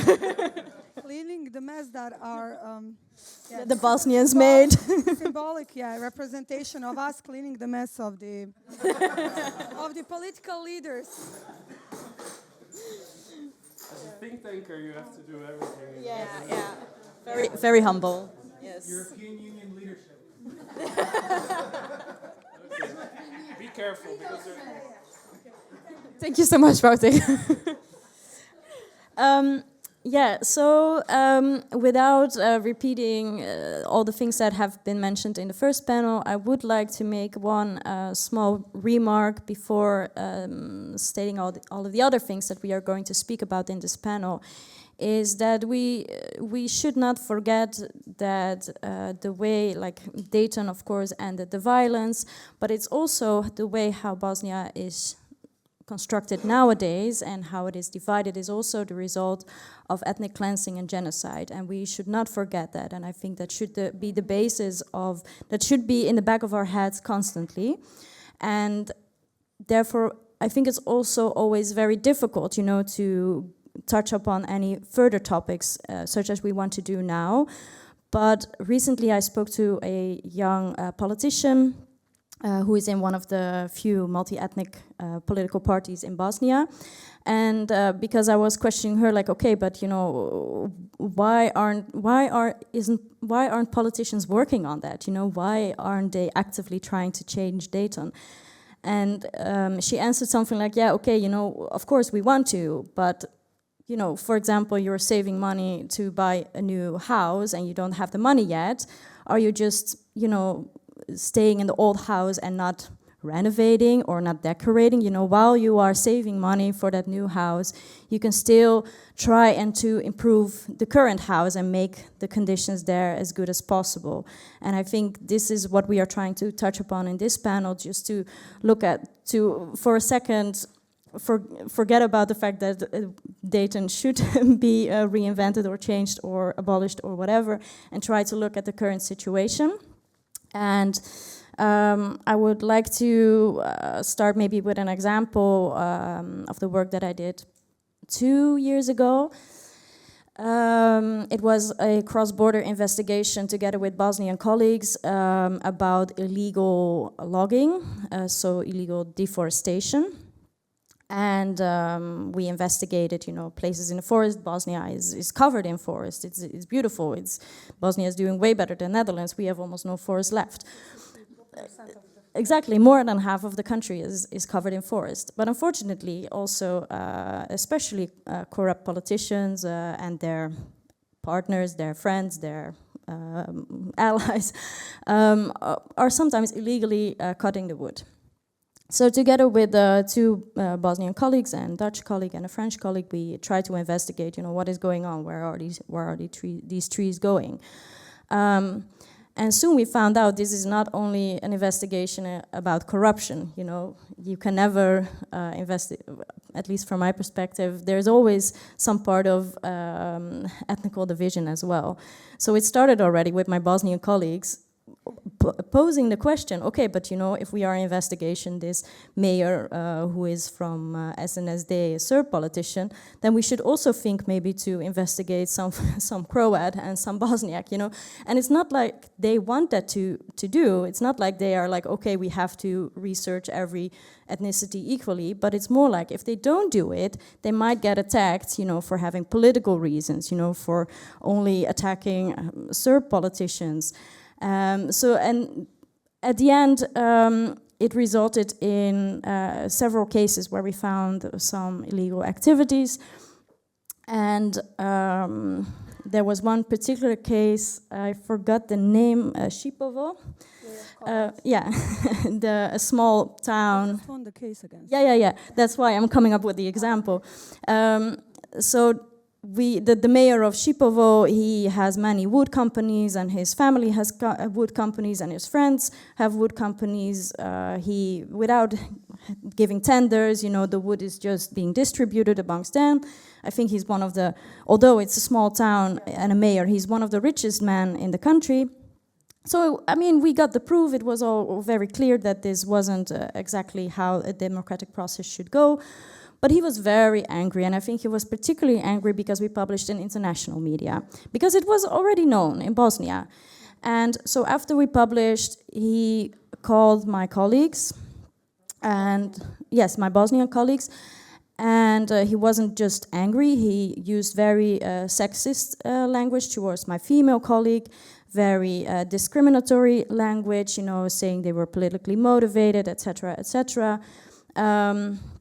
Luckily, my colleague recorded that phone call and outed it, published it, and in the end, they filed a complaint against this mayor for, you know, because he was obstructing press freedom and using this type of language. And actually, recently, I think last week, they won the court case against him. So I'm giving this example to show both the struggles there are, not just battling corruption, but also you always have to struggle with these ethnic divisions. We will come to that later, how to use that language. But also hopeful, you know, that actually they filed a complaint, they went to court, and they won the case. Oh, yeah, in Republika Srpska. So there, and it also shows the resilience of these type of colleagues who are, despite all the things that are going against them, they still go on, and I really admire that. Thank you very much for giving the example as well. It's also showing that these practical examples help us to understand what happens on the ground, and you're following each other very perfectly, because you have touched upon the question as well of corruption, and that's going to lead me naturally to Sarjan.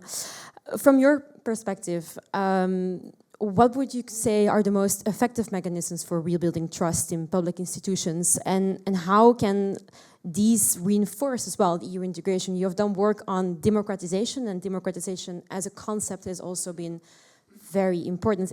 Is it working, the mic? Let me check. I think so. Yeah, it's working. Okay. Thank you, Laura, and let me first thank Klingendal and Hague Center for organizing event today.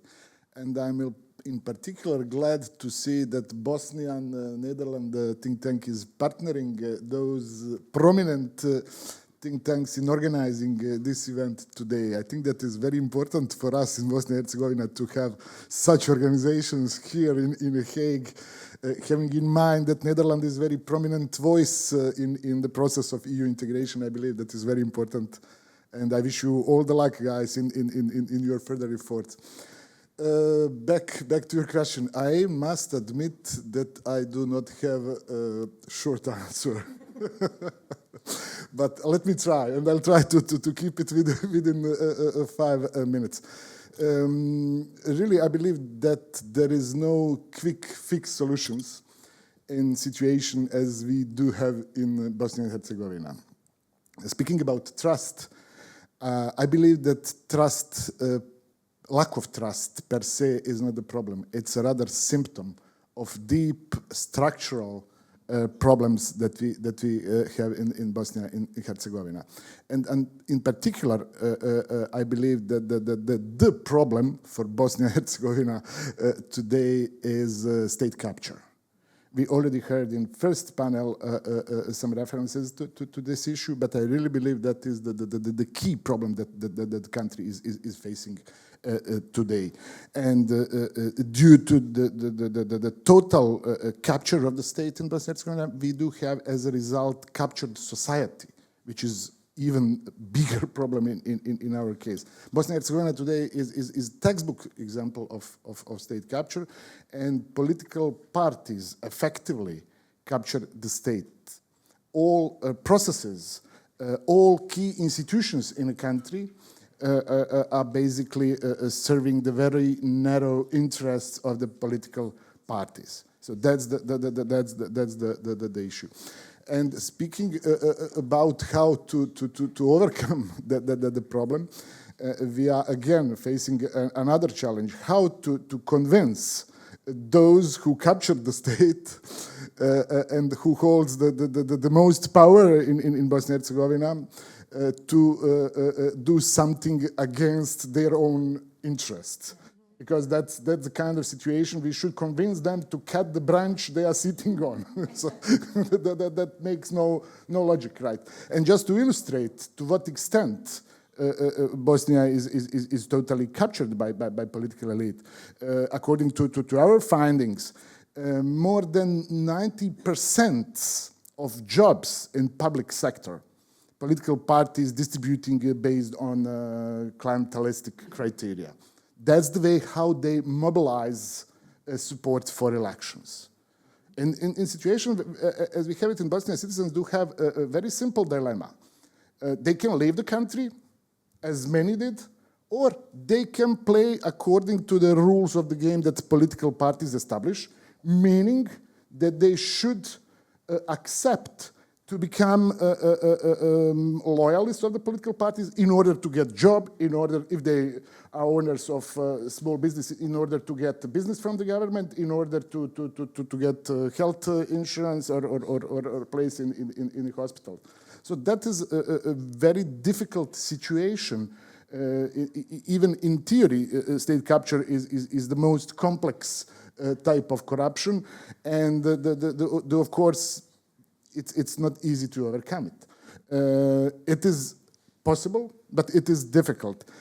In my opinion, key word when we are talking about the solutions is democratization. Democratization, but not only democratization of the institutions, but also democratization of political parties. Political parties today operates like organized crime groups. We had opportunity over the last few weeks to see many media appearances of different footages where the prominent ministers from different level of government are involved in serious crime. And the thing is, with the judiciary captured, there is no way for them to be prosecuted. And impunity is basically extremely widespread. So democratization at first place would be my answer, how to restore the trust. And I know we tried a lot of things. with that regard, but I believe democratization of political parties would be very important to see in the country. Of course, insisting on improving integrity of elections in Bosnia and Herzegovina is also very important. In my humble opinion, we haven't had free and fair elections so far in Bosnia and Herzegovina during all these 30 years, and that would be very important to secure free and fair elections. We heard also discussion about OHR, and I think that we should be very honest, in my opinion, and say that today OHR is a part of the problem. If we are referring to opinions of Venice Commission on different things, we should also take into consideration that Venice Commission said 20 years ago that role of OHR is not aligned with the democratic situation that country, with democratic principles, and we should take that into consideration. A very simple question with that regard: to whom OHR is responsible? Who is in a position to be? Who is creating the policy that the High Representative is following? So I would stop here. That was wonderful. Thank you very much. It's extremely important as well, like you said, the matter of democratization, which is linked a bit to my next question for our final panelist is, Sanja, how can citizens also be very, let's say, better empowered to access justice and hold institutions to certain ethical or legal standards, especially within the context of EU-driven reforms? If the yes, it's working. It's working, I think. Yes. Okay, thank you, Lara, for your question. Well, I think Panel Up opened up to pretty big questions, but I would rather go now from the ground up a little bit. If we ask 30 years after the Dayton, where we can see actually the democratization and the peace building in practice, in action in Bosnia and Herzegovina, I think unfortunately we cannot see that in the institutions. Very often we can see that in the civil society organizations, in the grassroots movements, in the local communities, within the citizens.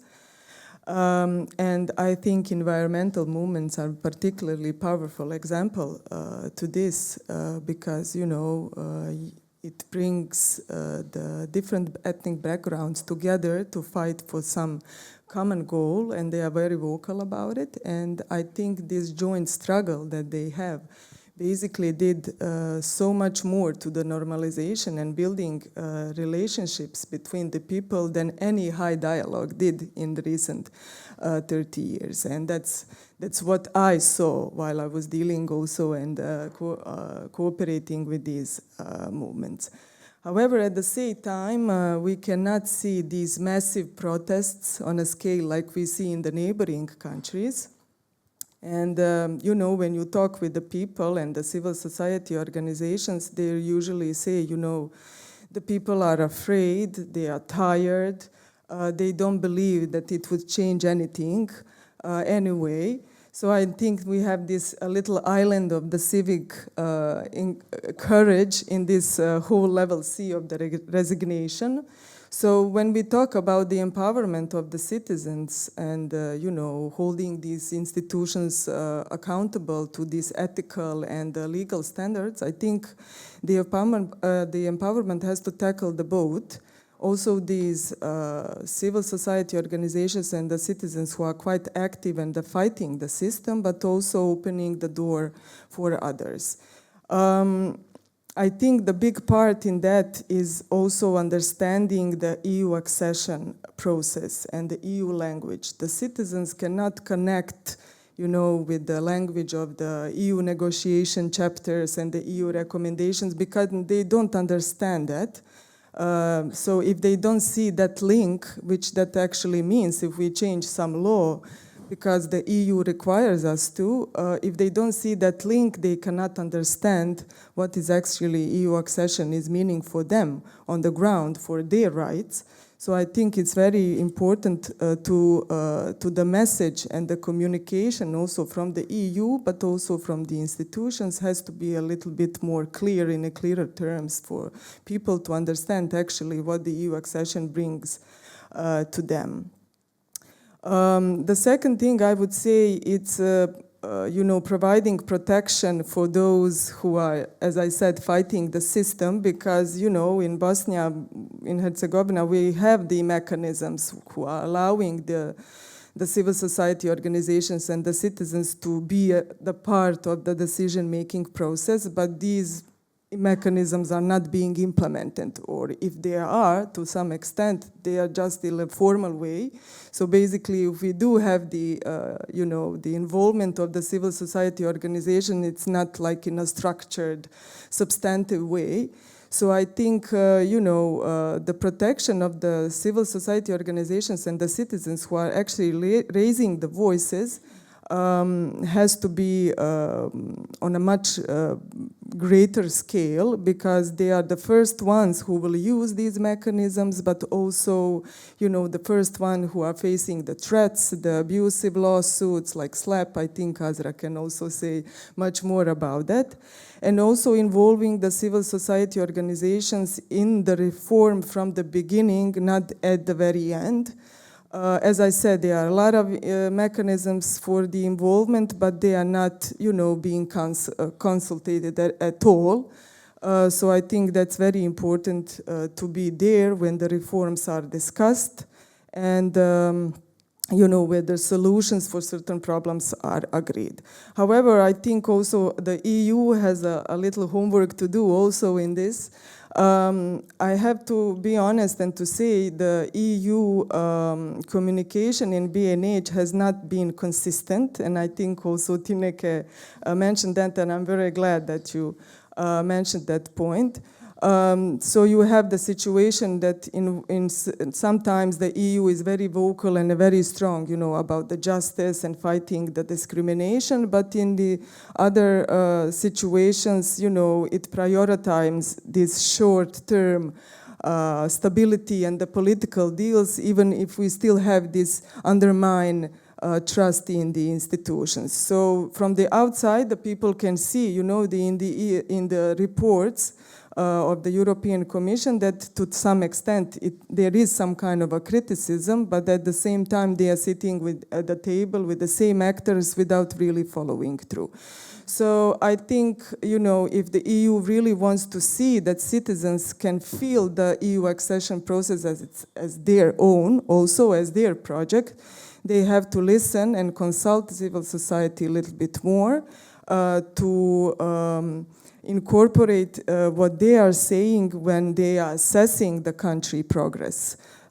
So I think their inputs has a really big value to be also in these reports and to become a part of the political statement. Yeah. Thank you very much, Shania, for your opening statement. You have touched upon also two very important points of having a shared language and speaking in the same terminology, but also to involvement at the beginning instead of at the end. In the spirit of involvement at the beginning instead of at the end. I'm looking towards the room. Are there already some first reactions or people who would already have a very burning question? No worries if they're not. I have many. I don't see any hands at this point, so then we'll move forward with a couple of the follow-up questions towards the panel. Maybe, Sarjan, if I could ask you one follow-up question. We've talked about democratization. So how would you say that, from your past experience, how can public institutions demonstrate integrity and transparency quickly enough in order to rebuild trust in a polarized environment where sometimes time is a question and is important as well?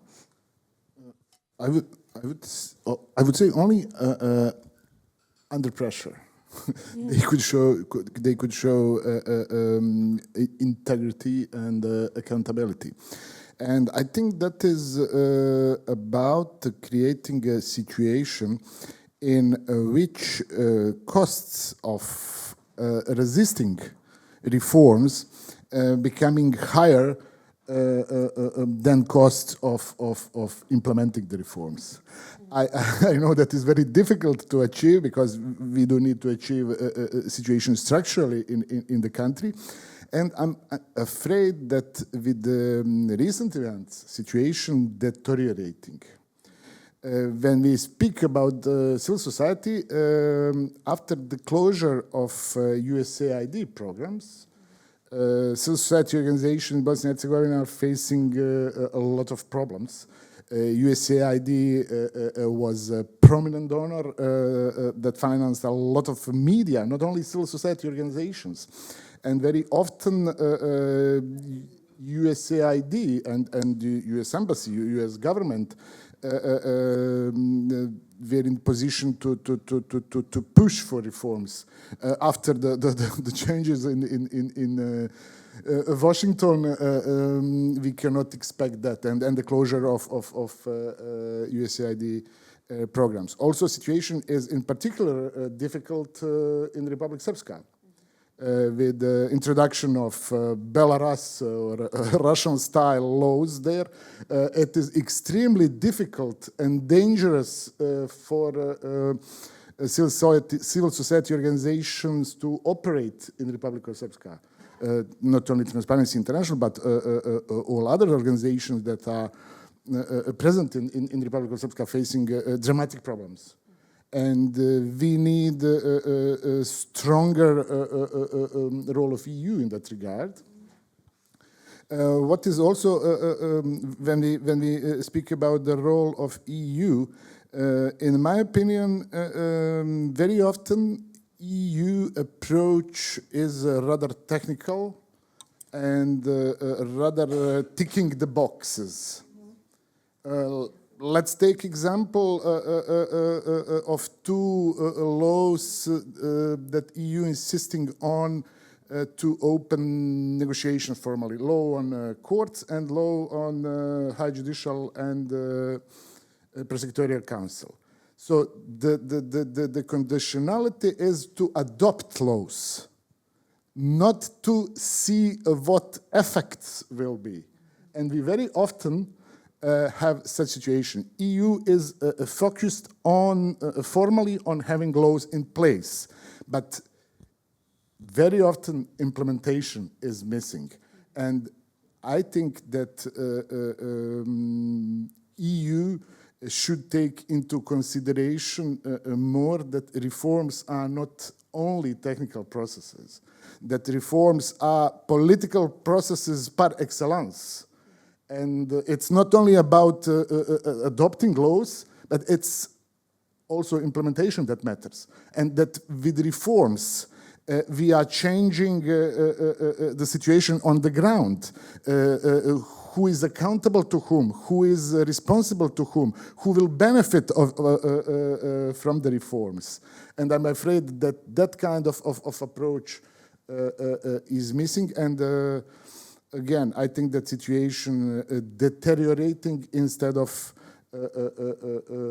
improving when it comes to the EU integration of Bosnia and Herzegovina. Thank you so much. I've seen both Sanja and Azra nodding, so let's start with Sanja. I will just add very quickly. Completely agree. So non-implementation, I think, should be raised as a very serious issue. I don't think Bosnia actually lacks of the legislation and the institutions. Actually, we have a very good legislation in place, which is pretty much harmonized with the EU acquis. So, but it's not being implemented, and I think that's the crucial problem. And it's not, we don't talk about it a lot. We don't discuss it. And also, to go back to the role of the civil society, the communication of the EU institutions with the civil society, I think here is crucial, because the society organizations know where the system breaks. They know that from the ground, and they are following these processes very clearly. So I think their inputs are very important, when as I said, when the EU institutions, EU Commission is assessing the country's progress reports, and these kinds of issues has to be as a part of the EU conditionality, as a very important part. So, yeah. Azra, we were also nodding. Would you like to react? The issue that we have, this is also my experience that my fellow colleagues and activists have within the environmental movement, that we often get taken more serious by Tineke when we visiting Bosnia and her colleagues, and whenever we are at the EU Parliament or wherever we might be, than the EU office at the delegation in Bosnia and Herzegovina. And I know that there has been a lot of criticisms. Like, I know when the delegation meets people from the civil society sector, because I know these people, I know Srđan's colleagues, I know other colleagues from the media and from the civil society organization, that they are criticizing this approach of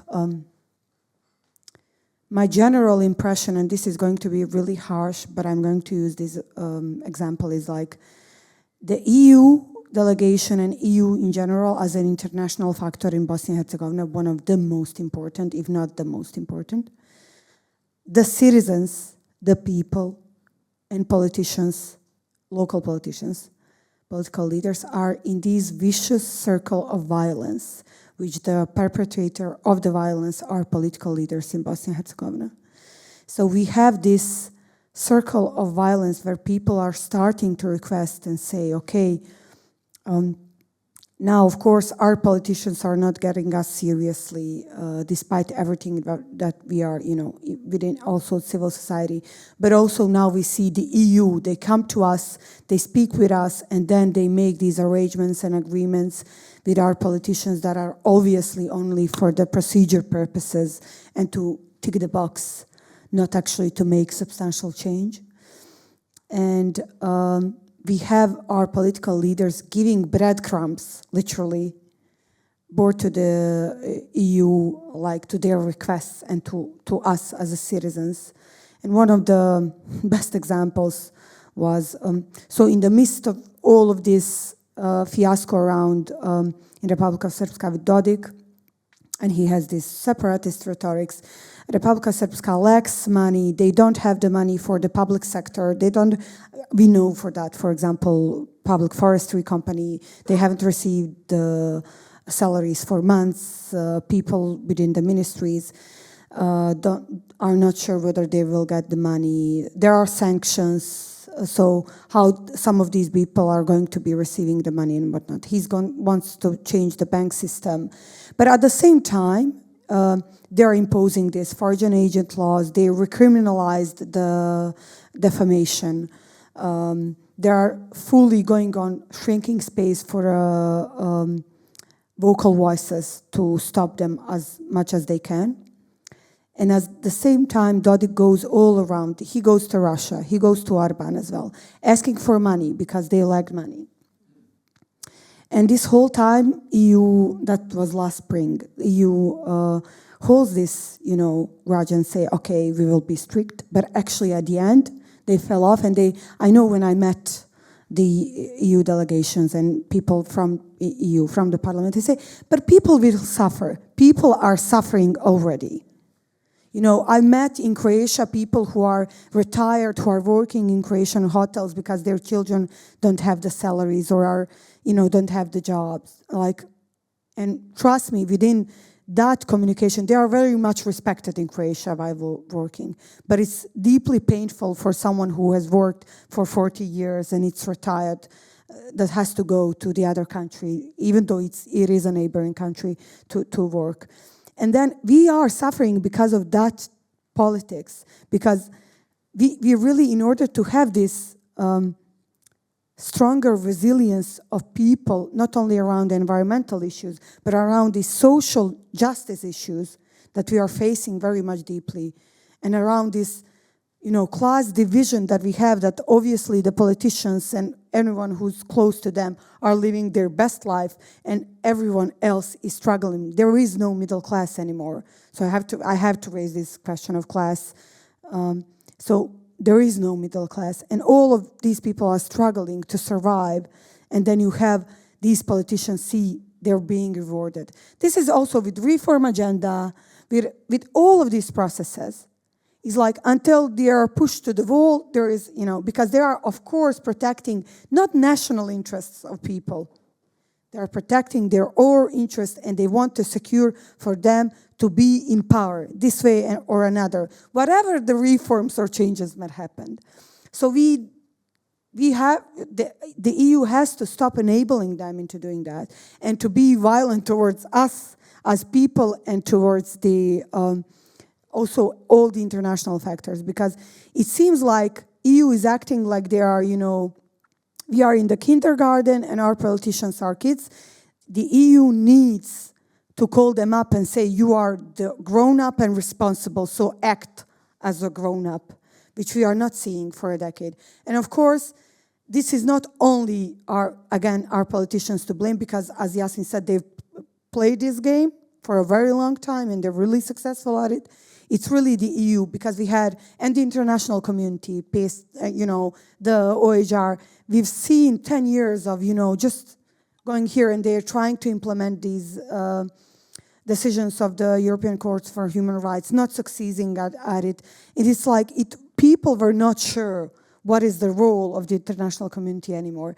And one of my biggest fear is, because I really work a lot, I spend a lot of my time in small cities from all across the region, in the villages. And I understand the perspective. My biggest fear is that people are not only, they have lost the trust in the politicians, local, but they're also losing the trust in the EU and their processes. And that worries me very much. Yeah. Thank you, Rosa. Marjolein, I saw you also wanted to respond, and can you maybe also explain or maybe highlight how media and public storytelling can contribute in a context where polarization remains so high and distrust? I have to think about that question, but first, in the meantime, I will add something about the role of the EU in Bosnia, maybe, well, Western Balkans, but let's focus on Bosnia now. Because I remember the moment when the news came that, you know, the chapters, the accession talks would be opened if no. And from a Western or a Dutch perspective, you know, I also noticed among colleague journalists, like, okay, Bosnia must be happy, you know, the people must be happy. Now they're finally one step closer to the European Union. And then I spoke with some of the civil society organizations who actually track, you know, the progress in all of these reforms. And, you know, they were not really particularly happy, because they felt like, again, our politicians are rewarded for something that they didn't do.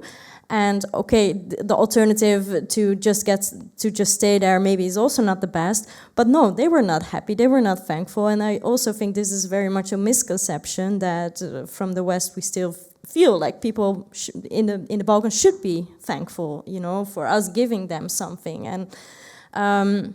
And this also comes in place because Sergio mentioned, of course, you know, like how it's so much ticking the boxes when it comes to implementation of laws. But I also feel this is the case when it comes to, for example, funds and subsidies that are available from the EU to civil society organizations in Bosnia. Like so often, and especially now with USAID, which is not there anymore, many of them are really struggling. And even though, because this is also something I've heard someone working in the European Commission saying, like, okay, but you know, we have all these programs, you know, you can subscribe. Why aren't these organizations from Bosnia, you know, applying? But it's not simple as that, you know. It's something that that has been thought of in Brussels. The processes are very complicated. It's type of language that many of these people in small villages or for example, they do not have that type of language. Organizations in the Netherlands or Germany, you know, we have practiced for decades how to write the proposal in such a way that you will get the money. And since this is not working in Bosnia, I think we can all conclude this is not working, then the EU should maybe also reflect on itself, okay, this is not working, maybe we should have a different approach, maybe we should listen to those civil society organizations, what do they actually need, how can we actually support them? And I think, although there is no quick fix, I really think this is one of the key things that has to be done. And one more thing I want to say before I forget, also when it's about, you know, developing a type of language, for me, this is also in a way that, for example, in the Netherlands, but maybe broadly speaking globally, especially when it comes to journalists, that maybe we should try and stop to always picture Bosnia as a country with 3 ethnicities.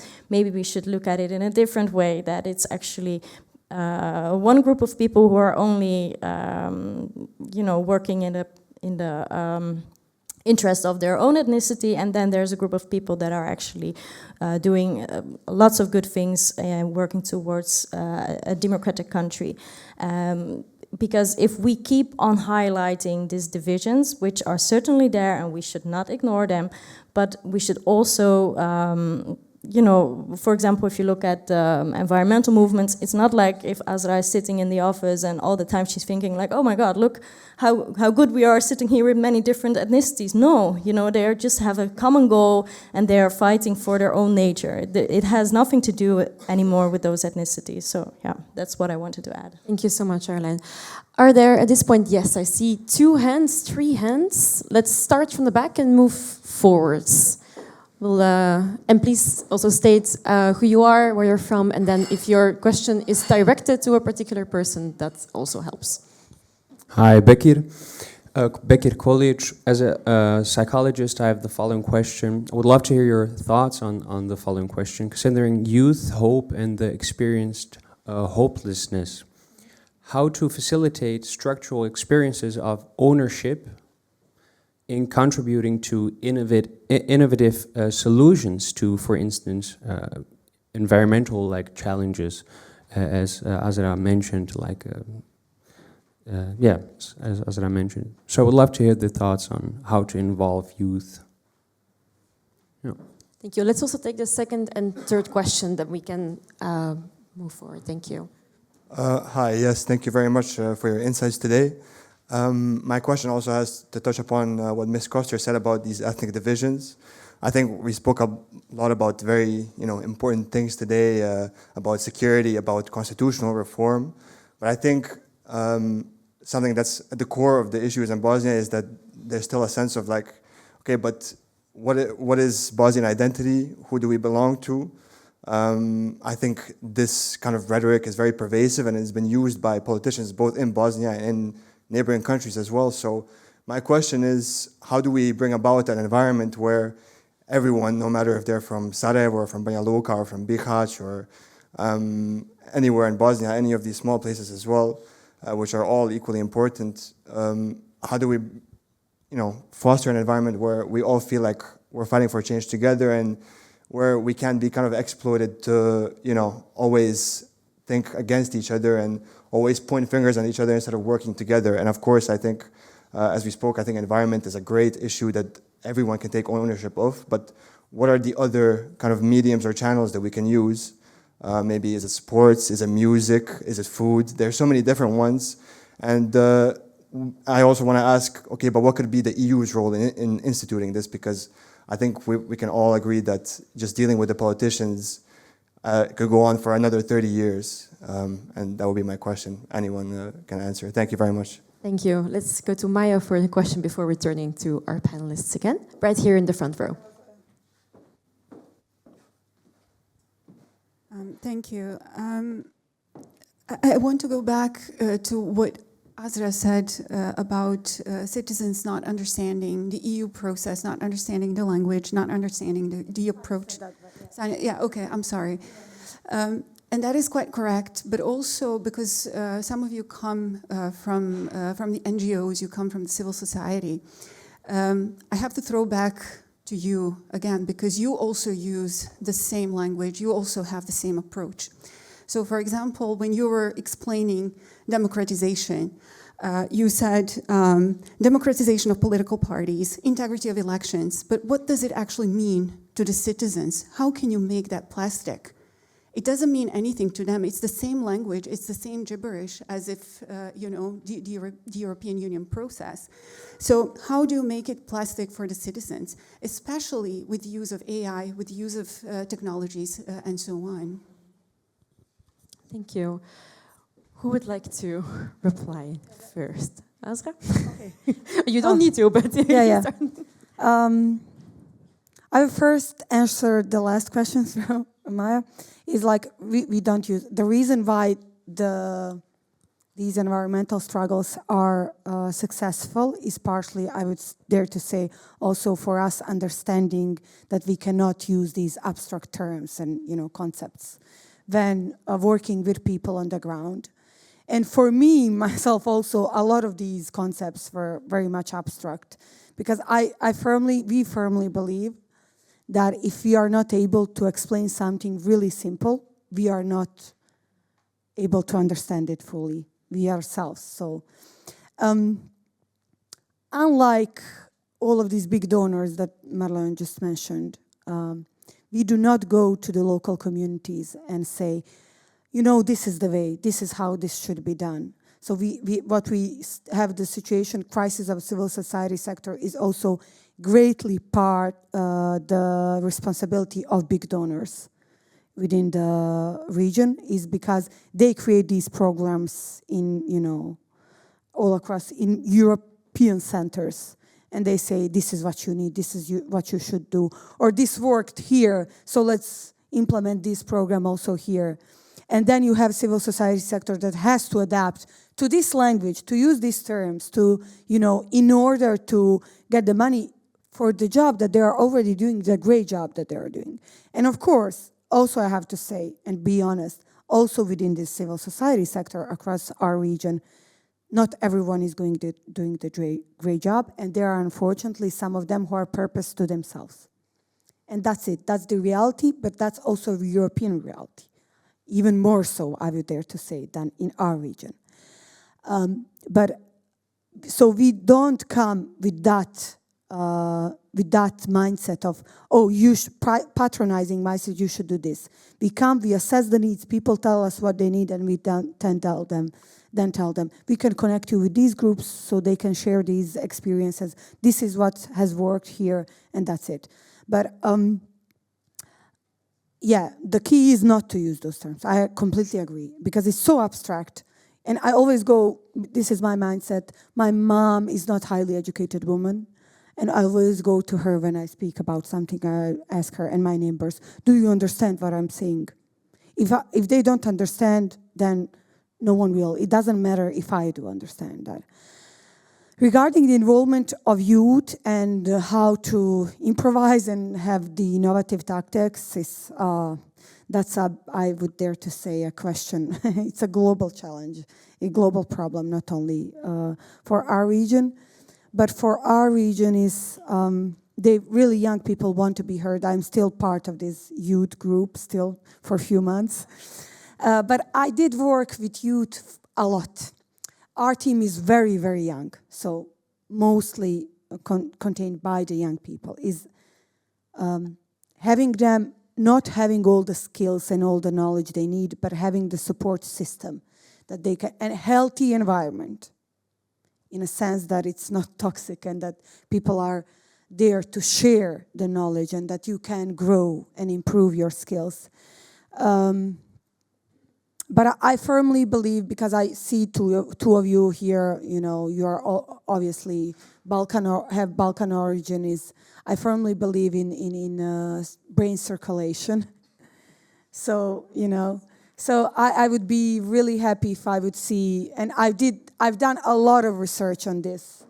If I would see young people coming back to our country with all of this knowledge and skills, not only having this situation where there are highly educated people that our country has invested the money and resources going to the other countries, but how to include is literally we have to go to small communities, to underprivileged communities, and to ask young people what are their needs. Because trust me, I grew up in a village. You have to go to young people. It's not the same. That's, I think, here also the situation. But it's the completely different situation if you are living in Mostar, Banja Luka, and Sarajevo. And trust me, someone from Garadiška, someone from Kakanj, someone from Ljubuški, for them it's a goal to go to the center of that region. Because studies shows that young people in the Western Balkans, they don't have the means to travel. Not only to travel across the region, they don't have the means to travel to the other side of the country. They don't read a lot, they don't have the access to, this critical thinking. Almost all the information they get is from the social media, which is highly corrupt. Its information is not the knowledge, because there is a big difference in between two of those. And therefore, especially with the legacy of the last conflict, they don't have the chance to meet people from other communities and these other ethnic backgrounds, which I was privileged. I even after the war, I was raised in the community that was still ethnically, there were different ethnicities, so I'm happy. But now people don't have that opportunity.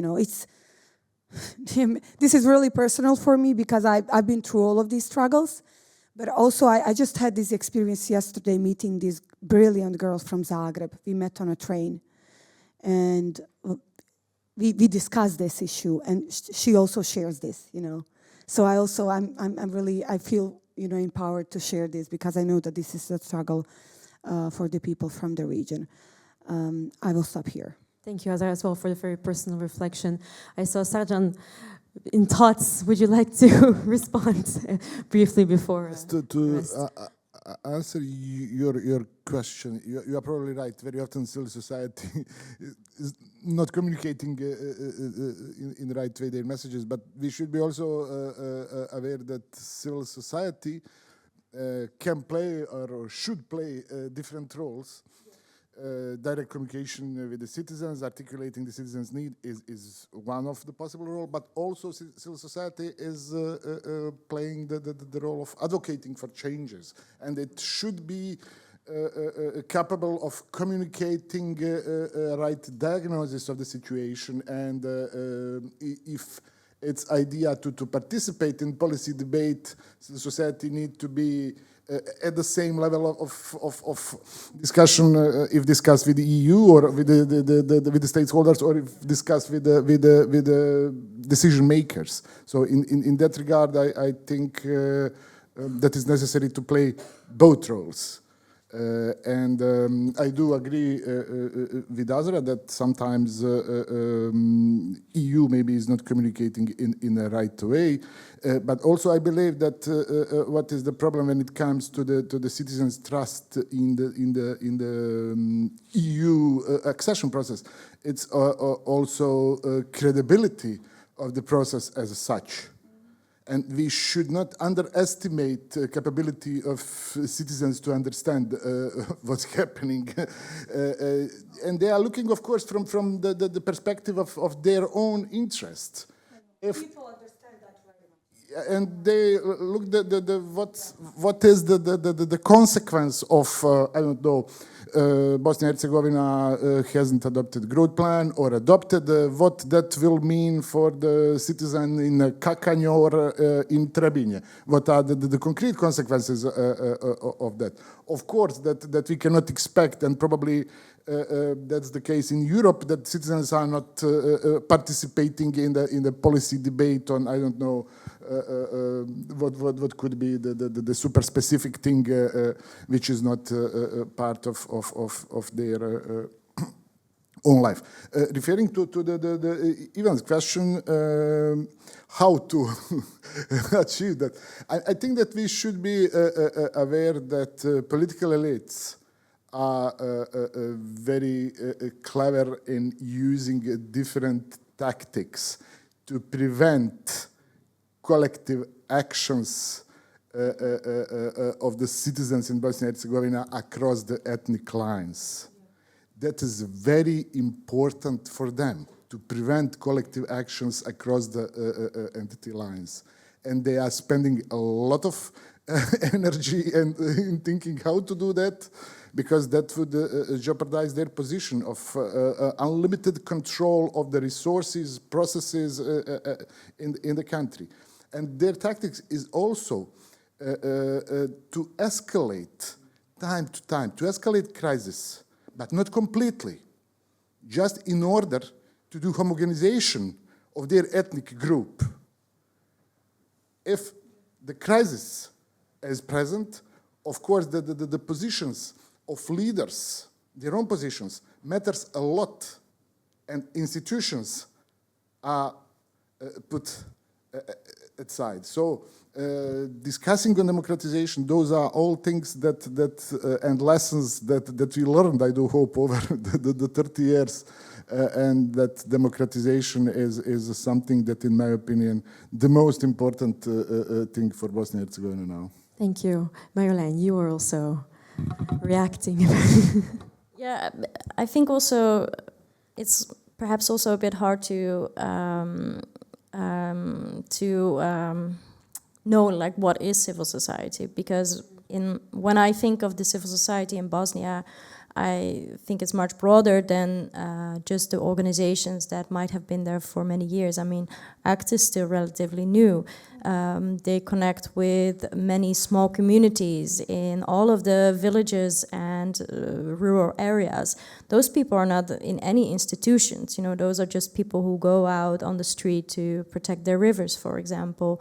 I was also thinking, I also wanted to give an example of what Azra said, like going into those small villages, for example, to speak to people. And of course, I understand if, as a policymaker from the Netherlands or the EU, and you go on a business trip to Bosnia, it's a hard country to travel in. There's lots of mountains, and there's almost no highways. So maybe you cannot go to every small village, and I don't think anybody is expecting you to do that.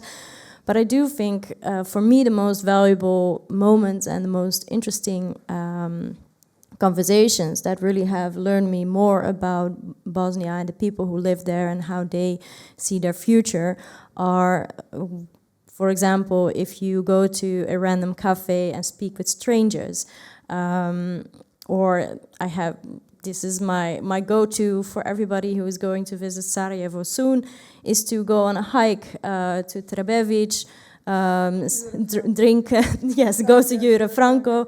It's like a mountain hut. It's not a big hike. You can do it in the morning or in the afternoon. It's amazing. You will enjoy it. And every time I go to that mountain hut, I meet interesting people who explain me about Bosnian political system. Recently, the last time I was there, I came across a group of mountain rescuers. And they do this voluntarily because they don't want to take, but they also don't want to take any money from the government, because they feel if we take money from the government, then we always will be restricted to what they want us to do. Well, our goal is to be a mountain rescue club, just to be there for the people who need help in the mountains. Yeah, but there's no law that secures them health insurance, for example. Yes, but they are doing it, despite that they don't get any support, they are still doing it voluntarily.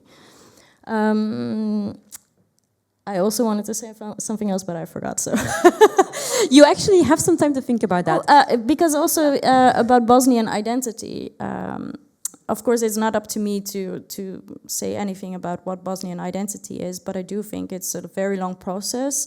I mean, in the beginning it was highlighted, it's not like Bosnia just... Bosnia has been a country like ages ago, so there is something as a... Yes, exactly. It's not like it only exists since the 90s, so there is something like a Bosnian identity. And the thing that I think as outsiders is just, to not... It's not up to us to say if someone is Serb, Croat, Bosniak, or whatever. We should not highlight those divisions. Bosnia is a country, so we are speaking with Bosnians, and I think that should be the start. And whenever it's relevant, of course, we can speak about those ethnic divisions, but the start should be Bosnia as a country with Bosnians. Thank you very much. Also, looking at the time and being a bit of a timekeeper, should your question not been, should you not have had the time to ask your question, we have a nice networking lunch after, which you are invited as well to talk with our panel speakers. Before moving on towards the last speaker of the day, I would like to challenge each of our participants a little bit. If you could, in one sentence, just give one final message or remark to the audience, both in person as well as online, what do they need to take with them when leaving this beautiful building here today? Let's start from the back with Sarjan, maybe, and then move towards me again. I said it was a bit of a challenge. Not to reinvent the wheel, but just that that democratization is the most important thing for Bosnia and Herzegovina currently. Thank you. Sanja? Yeah. I think when the European institutions are criticizing and praising governments, they had to go a little bit beyond the official narrative and take to the civil society organizations and what they are saying and pointing as a problem a little bit more serious, and to make that as a part of the conditionality by the EU. Thank you. Elsa? Yeah, because the burden of optimism is on me. No, I'm joking. I'm very much the optimist. That's why I'm in Bosnia. But still, yeah. Is that for me? It's really important because I deeply believe this, and I have witnessed this numerous times. Bosnia and Herzegovina, same as I will include here Croatia because I also feel we work with the environmental movements there. They're not part of the Western Balkans, but they are our closest neighbors. Bosnia and Herzegovina, Croatia, Serbia, Kosovo, Montenegro, Albania, North Macedonia, all of these people living in these countries, but for Bosnia and Herzegovina, I can say the most. These are the countries of people who are very much resilient and really smart, wise, very wise people. These are generations of wise people, and in order for them to understand the process and participate in the process, they really have to be heard. And every process needs to be made according to their needs, not to what someone thinks should be done.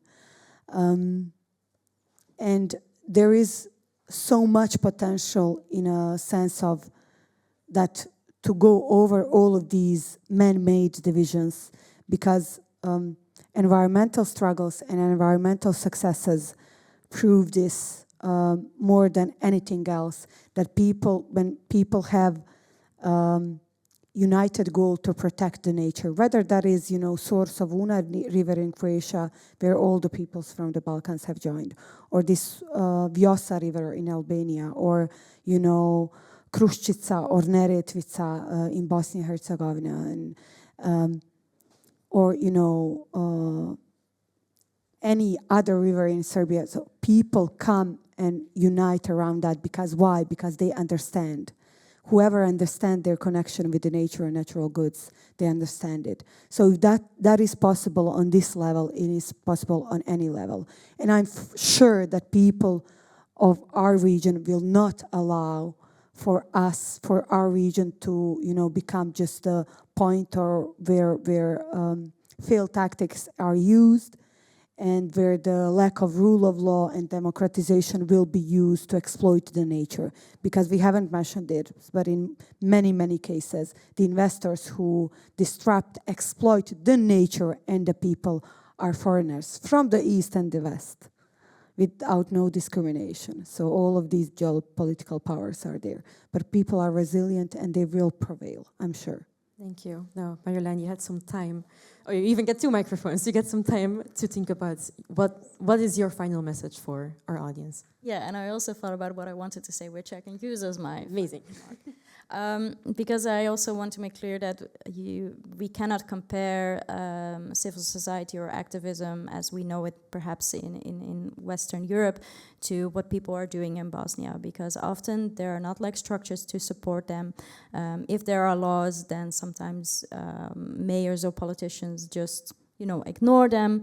And the examples that Azra named, like all these rivers, Krušica, Una, Neretva, how did they manage to stop the institutions from destroying these rivers is to simply sit on the road,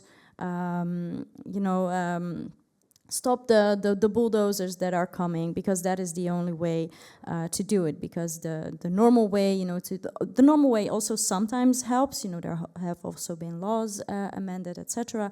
But sometimes this type of activism is needed, and this doesn't fit into the boxes that from the European Union side is would like to implement. This is really grassroots. This is really from the bottom up, and I think. I don't know if it's one important factor on how to let Bosnia move forward, I think. Thank you so much. Thank you all for. If the audience would like to join me in applauding for thank you for the amazing panel.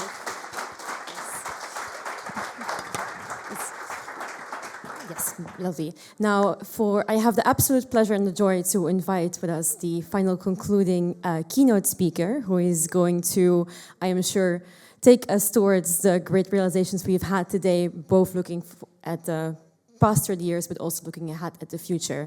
So definitely, without further ado, please welcome together with me His Excellency Henk van Dol, the Dutch ambassador to Bosnia and Herzegovina.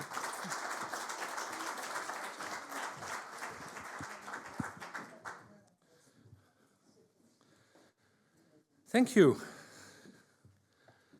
Dear ambassadors, dear colleagues, dear friends, dear ladies and gentlemen, dear organizers, let me first thank you for organizing this, this important conference. And thank you for having me, which is a pleasure and an honor. I think I should start with an apology. With all the collective experience and wisdom that was shared with us from both panels, it is quite a challenge to say something new or creative. And also, even if there may be many things to say, you will appreciate that in my position there are also many things not to say.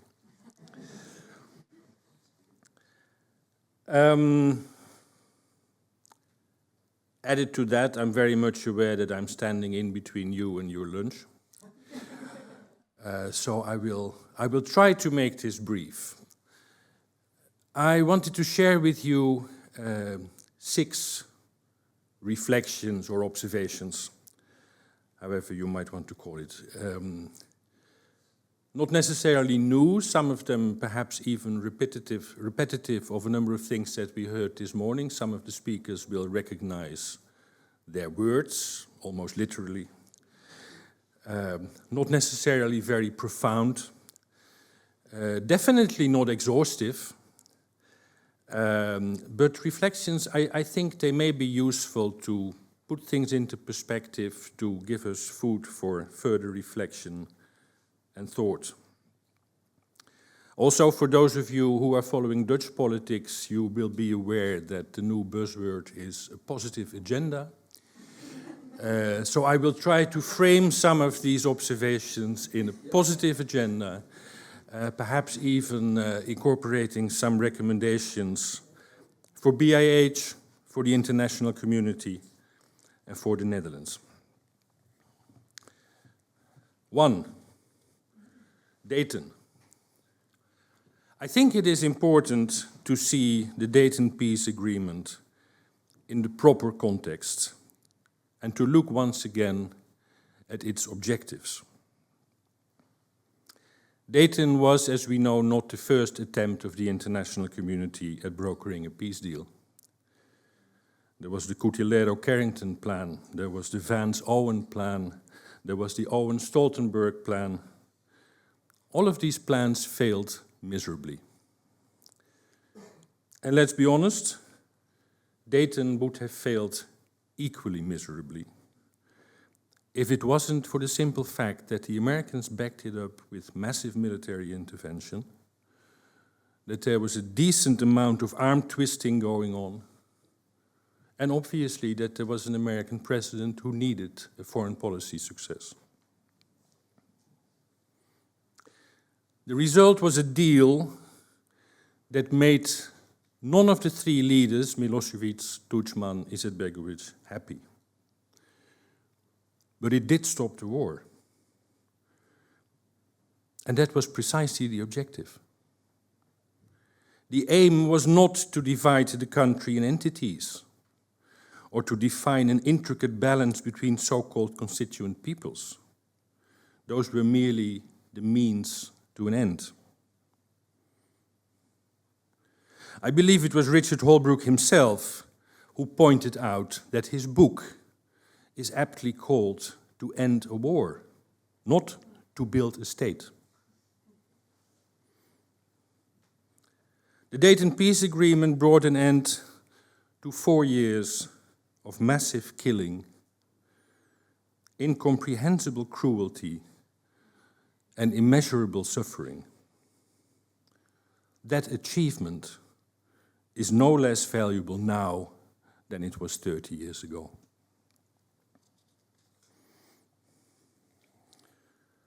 Two, the Constitution.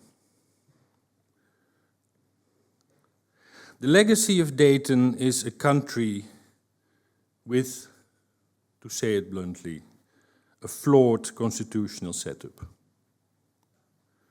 2 entities, 1 district, 3 presidents, 14 prime ministers, 180 ministers, 700 members of parliament in a country of 3 million people. It was clear from the beginning that this would be a temporary arrangement. Also to Richard Holbrooke himself, it was he who said, live with this for 10 years and then try to see where it leads. During the first years, some amendments were made to improve the functionality. And there were some genuine attempts to look at constitutional change, with active international involvement, including a very active High Representative. All of this, and it was mentioned before, culminating in the April package of 2006. The April package failed by a 2-vote margin. Let that sink in. That is almost 20 years ago. Since then, no serious movement in the realm of constitutional change has been made, although the need for it is becoming more and more apparent. It is clear, with or without Kovacevic, I say to Yasmin, that with the current constitutional setup, which is based on ethnic division, which denies the democratic rights of groups of citizens, and which continues to require international supervision and an international peacekeeping mission, BiH cannot become a member of the European Union. I would argue that in parallel with EU accession talks, which can start once the remaining necessary steps have been taken, serious talks on constitutional change have to resume. Perhaps not at the beginning of the process, but definitely not at the end. And perhaps with participation of politicians, but driven by citizens, universities, and constitutional experts. 3. I'm going to 6, you remember. Politics. It is fair to say that because of the constitutional setup of the country, the politics based on ethnicity that caused the war have also shaped the peace. It is easy and tempting to put the blame for the persisting deadlock and instability on Milorad Dodik and his entourage. But one should always remember that also Milorad Dodik is essentially a product of the system. A system that rewards ethno-religious nationalist rhetoric, encourages historical revisionism, and leads to patronage and forms of corruption and state capture. All of which, I must stress that, is by no means the exclusive domain of the SNSD leadership. As a consequence, political campaigning and the political discourse at the national level are primarily about power, about them versus us. They are not about the long waiting lists at the medical centers and the unavailability of essential medicines. They are not about the many days that people in Sarajevo are warned not to breathe outside because of the disastrous air quality. They are not about the education system, which is still partly organized in ethnical bubbles, sometimes, as we know, under one roof. In short, they are not about issues and themes that impact the everyday lives of citizens.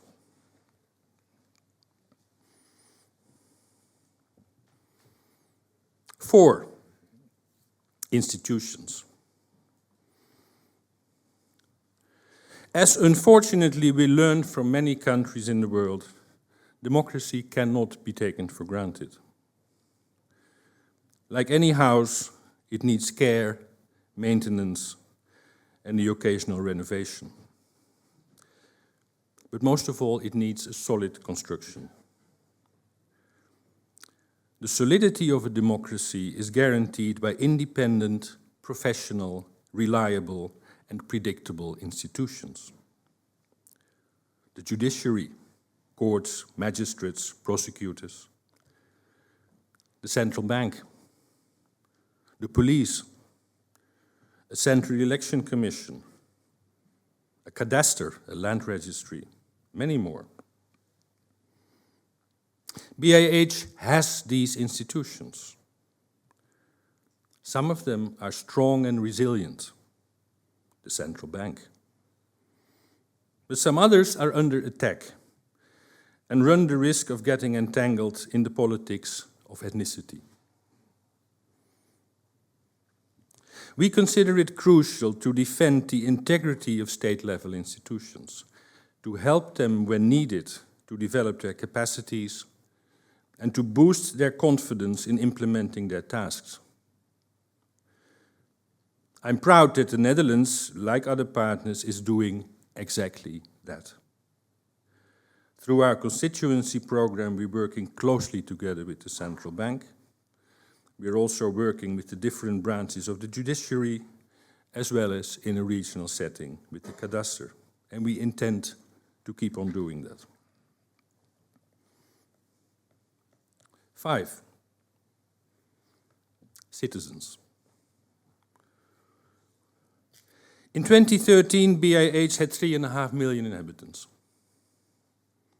Now, according to reliable estimates, the number has dropped to below 3 million. In this tempo, by 2050, BIH will be a country with less than 2 million inhabitants. For a large part, this is due to the fact that many young people are leaving the country. Many of them because they have the feeling that in today's BIH, there is no future for them or for their children. Imagine what this means for the prospects of economic development for BIH. Imagine how a changed demographic fabric will, for example, burden the healthcare system of the country. We consider it of vital importance that this trend be reversed. That is first and foremost the responsibility of domestic actors. political forces, and citizens themselves alike. But we, like many other international partners, stand ready to assist. I see 3 avenues. A, restore the confidence in elections. In that respect, efforts are underway. In the run-up to last year's local elections, High Representative Schmid imposed an election integrity package. It has been mentioned before. Results of that package are promising. It is vital that these and similar measures are rolled out in the entire country in time for the general elections of 2026. Also, it is vital to seriously review the voters list. The voters list of BIH contains 3.4 million names, a remarkable figure in a country with less than 3 million inhabitants, including children. B, fight disinformation and vigorously defend and promote free speech and independent journalism. And C, counter the continuous shrinking of civic space and actively and visibly support civil society and NGOs. And once again, I'm proud that the Netherlands is doing exactly that. Through our assistance programs, through our advocacy, through promoting regional approaches. And finally, 6, the EU. I've been working on enlargement issues for over 20 years, in Central Europe and in the Western Balkans. During that whole period, even under different governments, the Netherlands has consistently held the position that accession to our union, a union of values, has to be a merit-based process. In order to make sure that enlargement makes the union stronger and not weaker, candidate countries have to go through a series of real, sustainable, and sometimes painful reforms. Unfortunately, in recent years, that principled position has not always been popular in Brussels. We have often seen that the yearly country reports by the Commission, not only on BIH, have been overly positive and optimistic, even in the absence of real tangible progress on the ground. This has led some of the candidates to believe that even in the absence of real reform, bars would eventually be lowered. The good news is that that seems to be changing. The latest progress report on BIH, issued recently, is brutally honest on the lack of progress in BIH since the Council in 2024 gave the green light for opening accession negotiations. And also Commissioner Kos is very clear. There will be no shortcuts. Let's hope that this message is clearly understood in BIH. The trains from Podgorica, Tirana, Chisinau, and Kyiv are at full speed. It is time for the train from Sarajevo to finally leave the station. Thank you very much.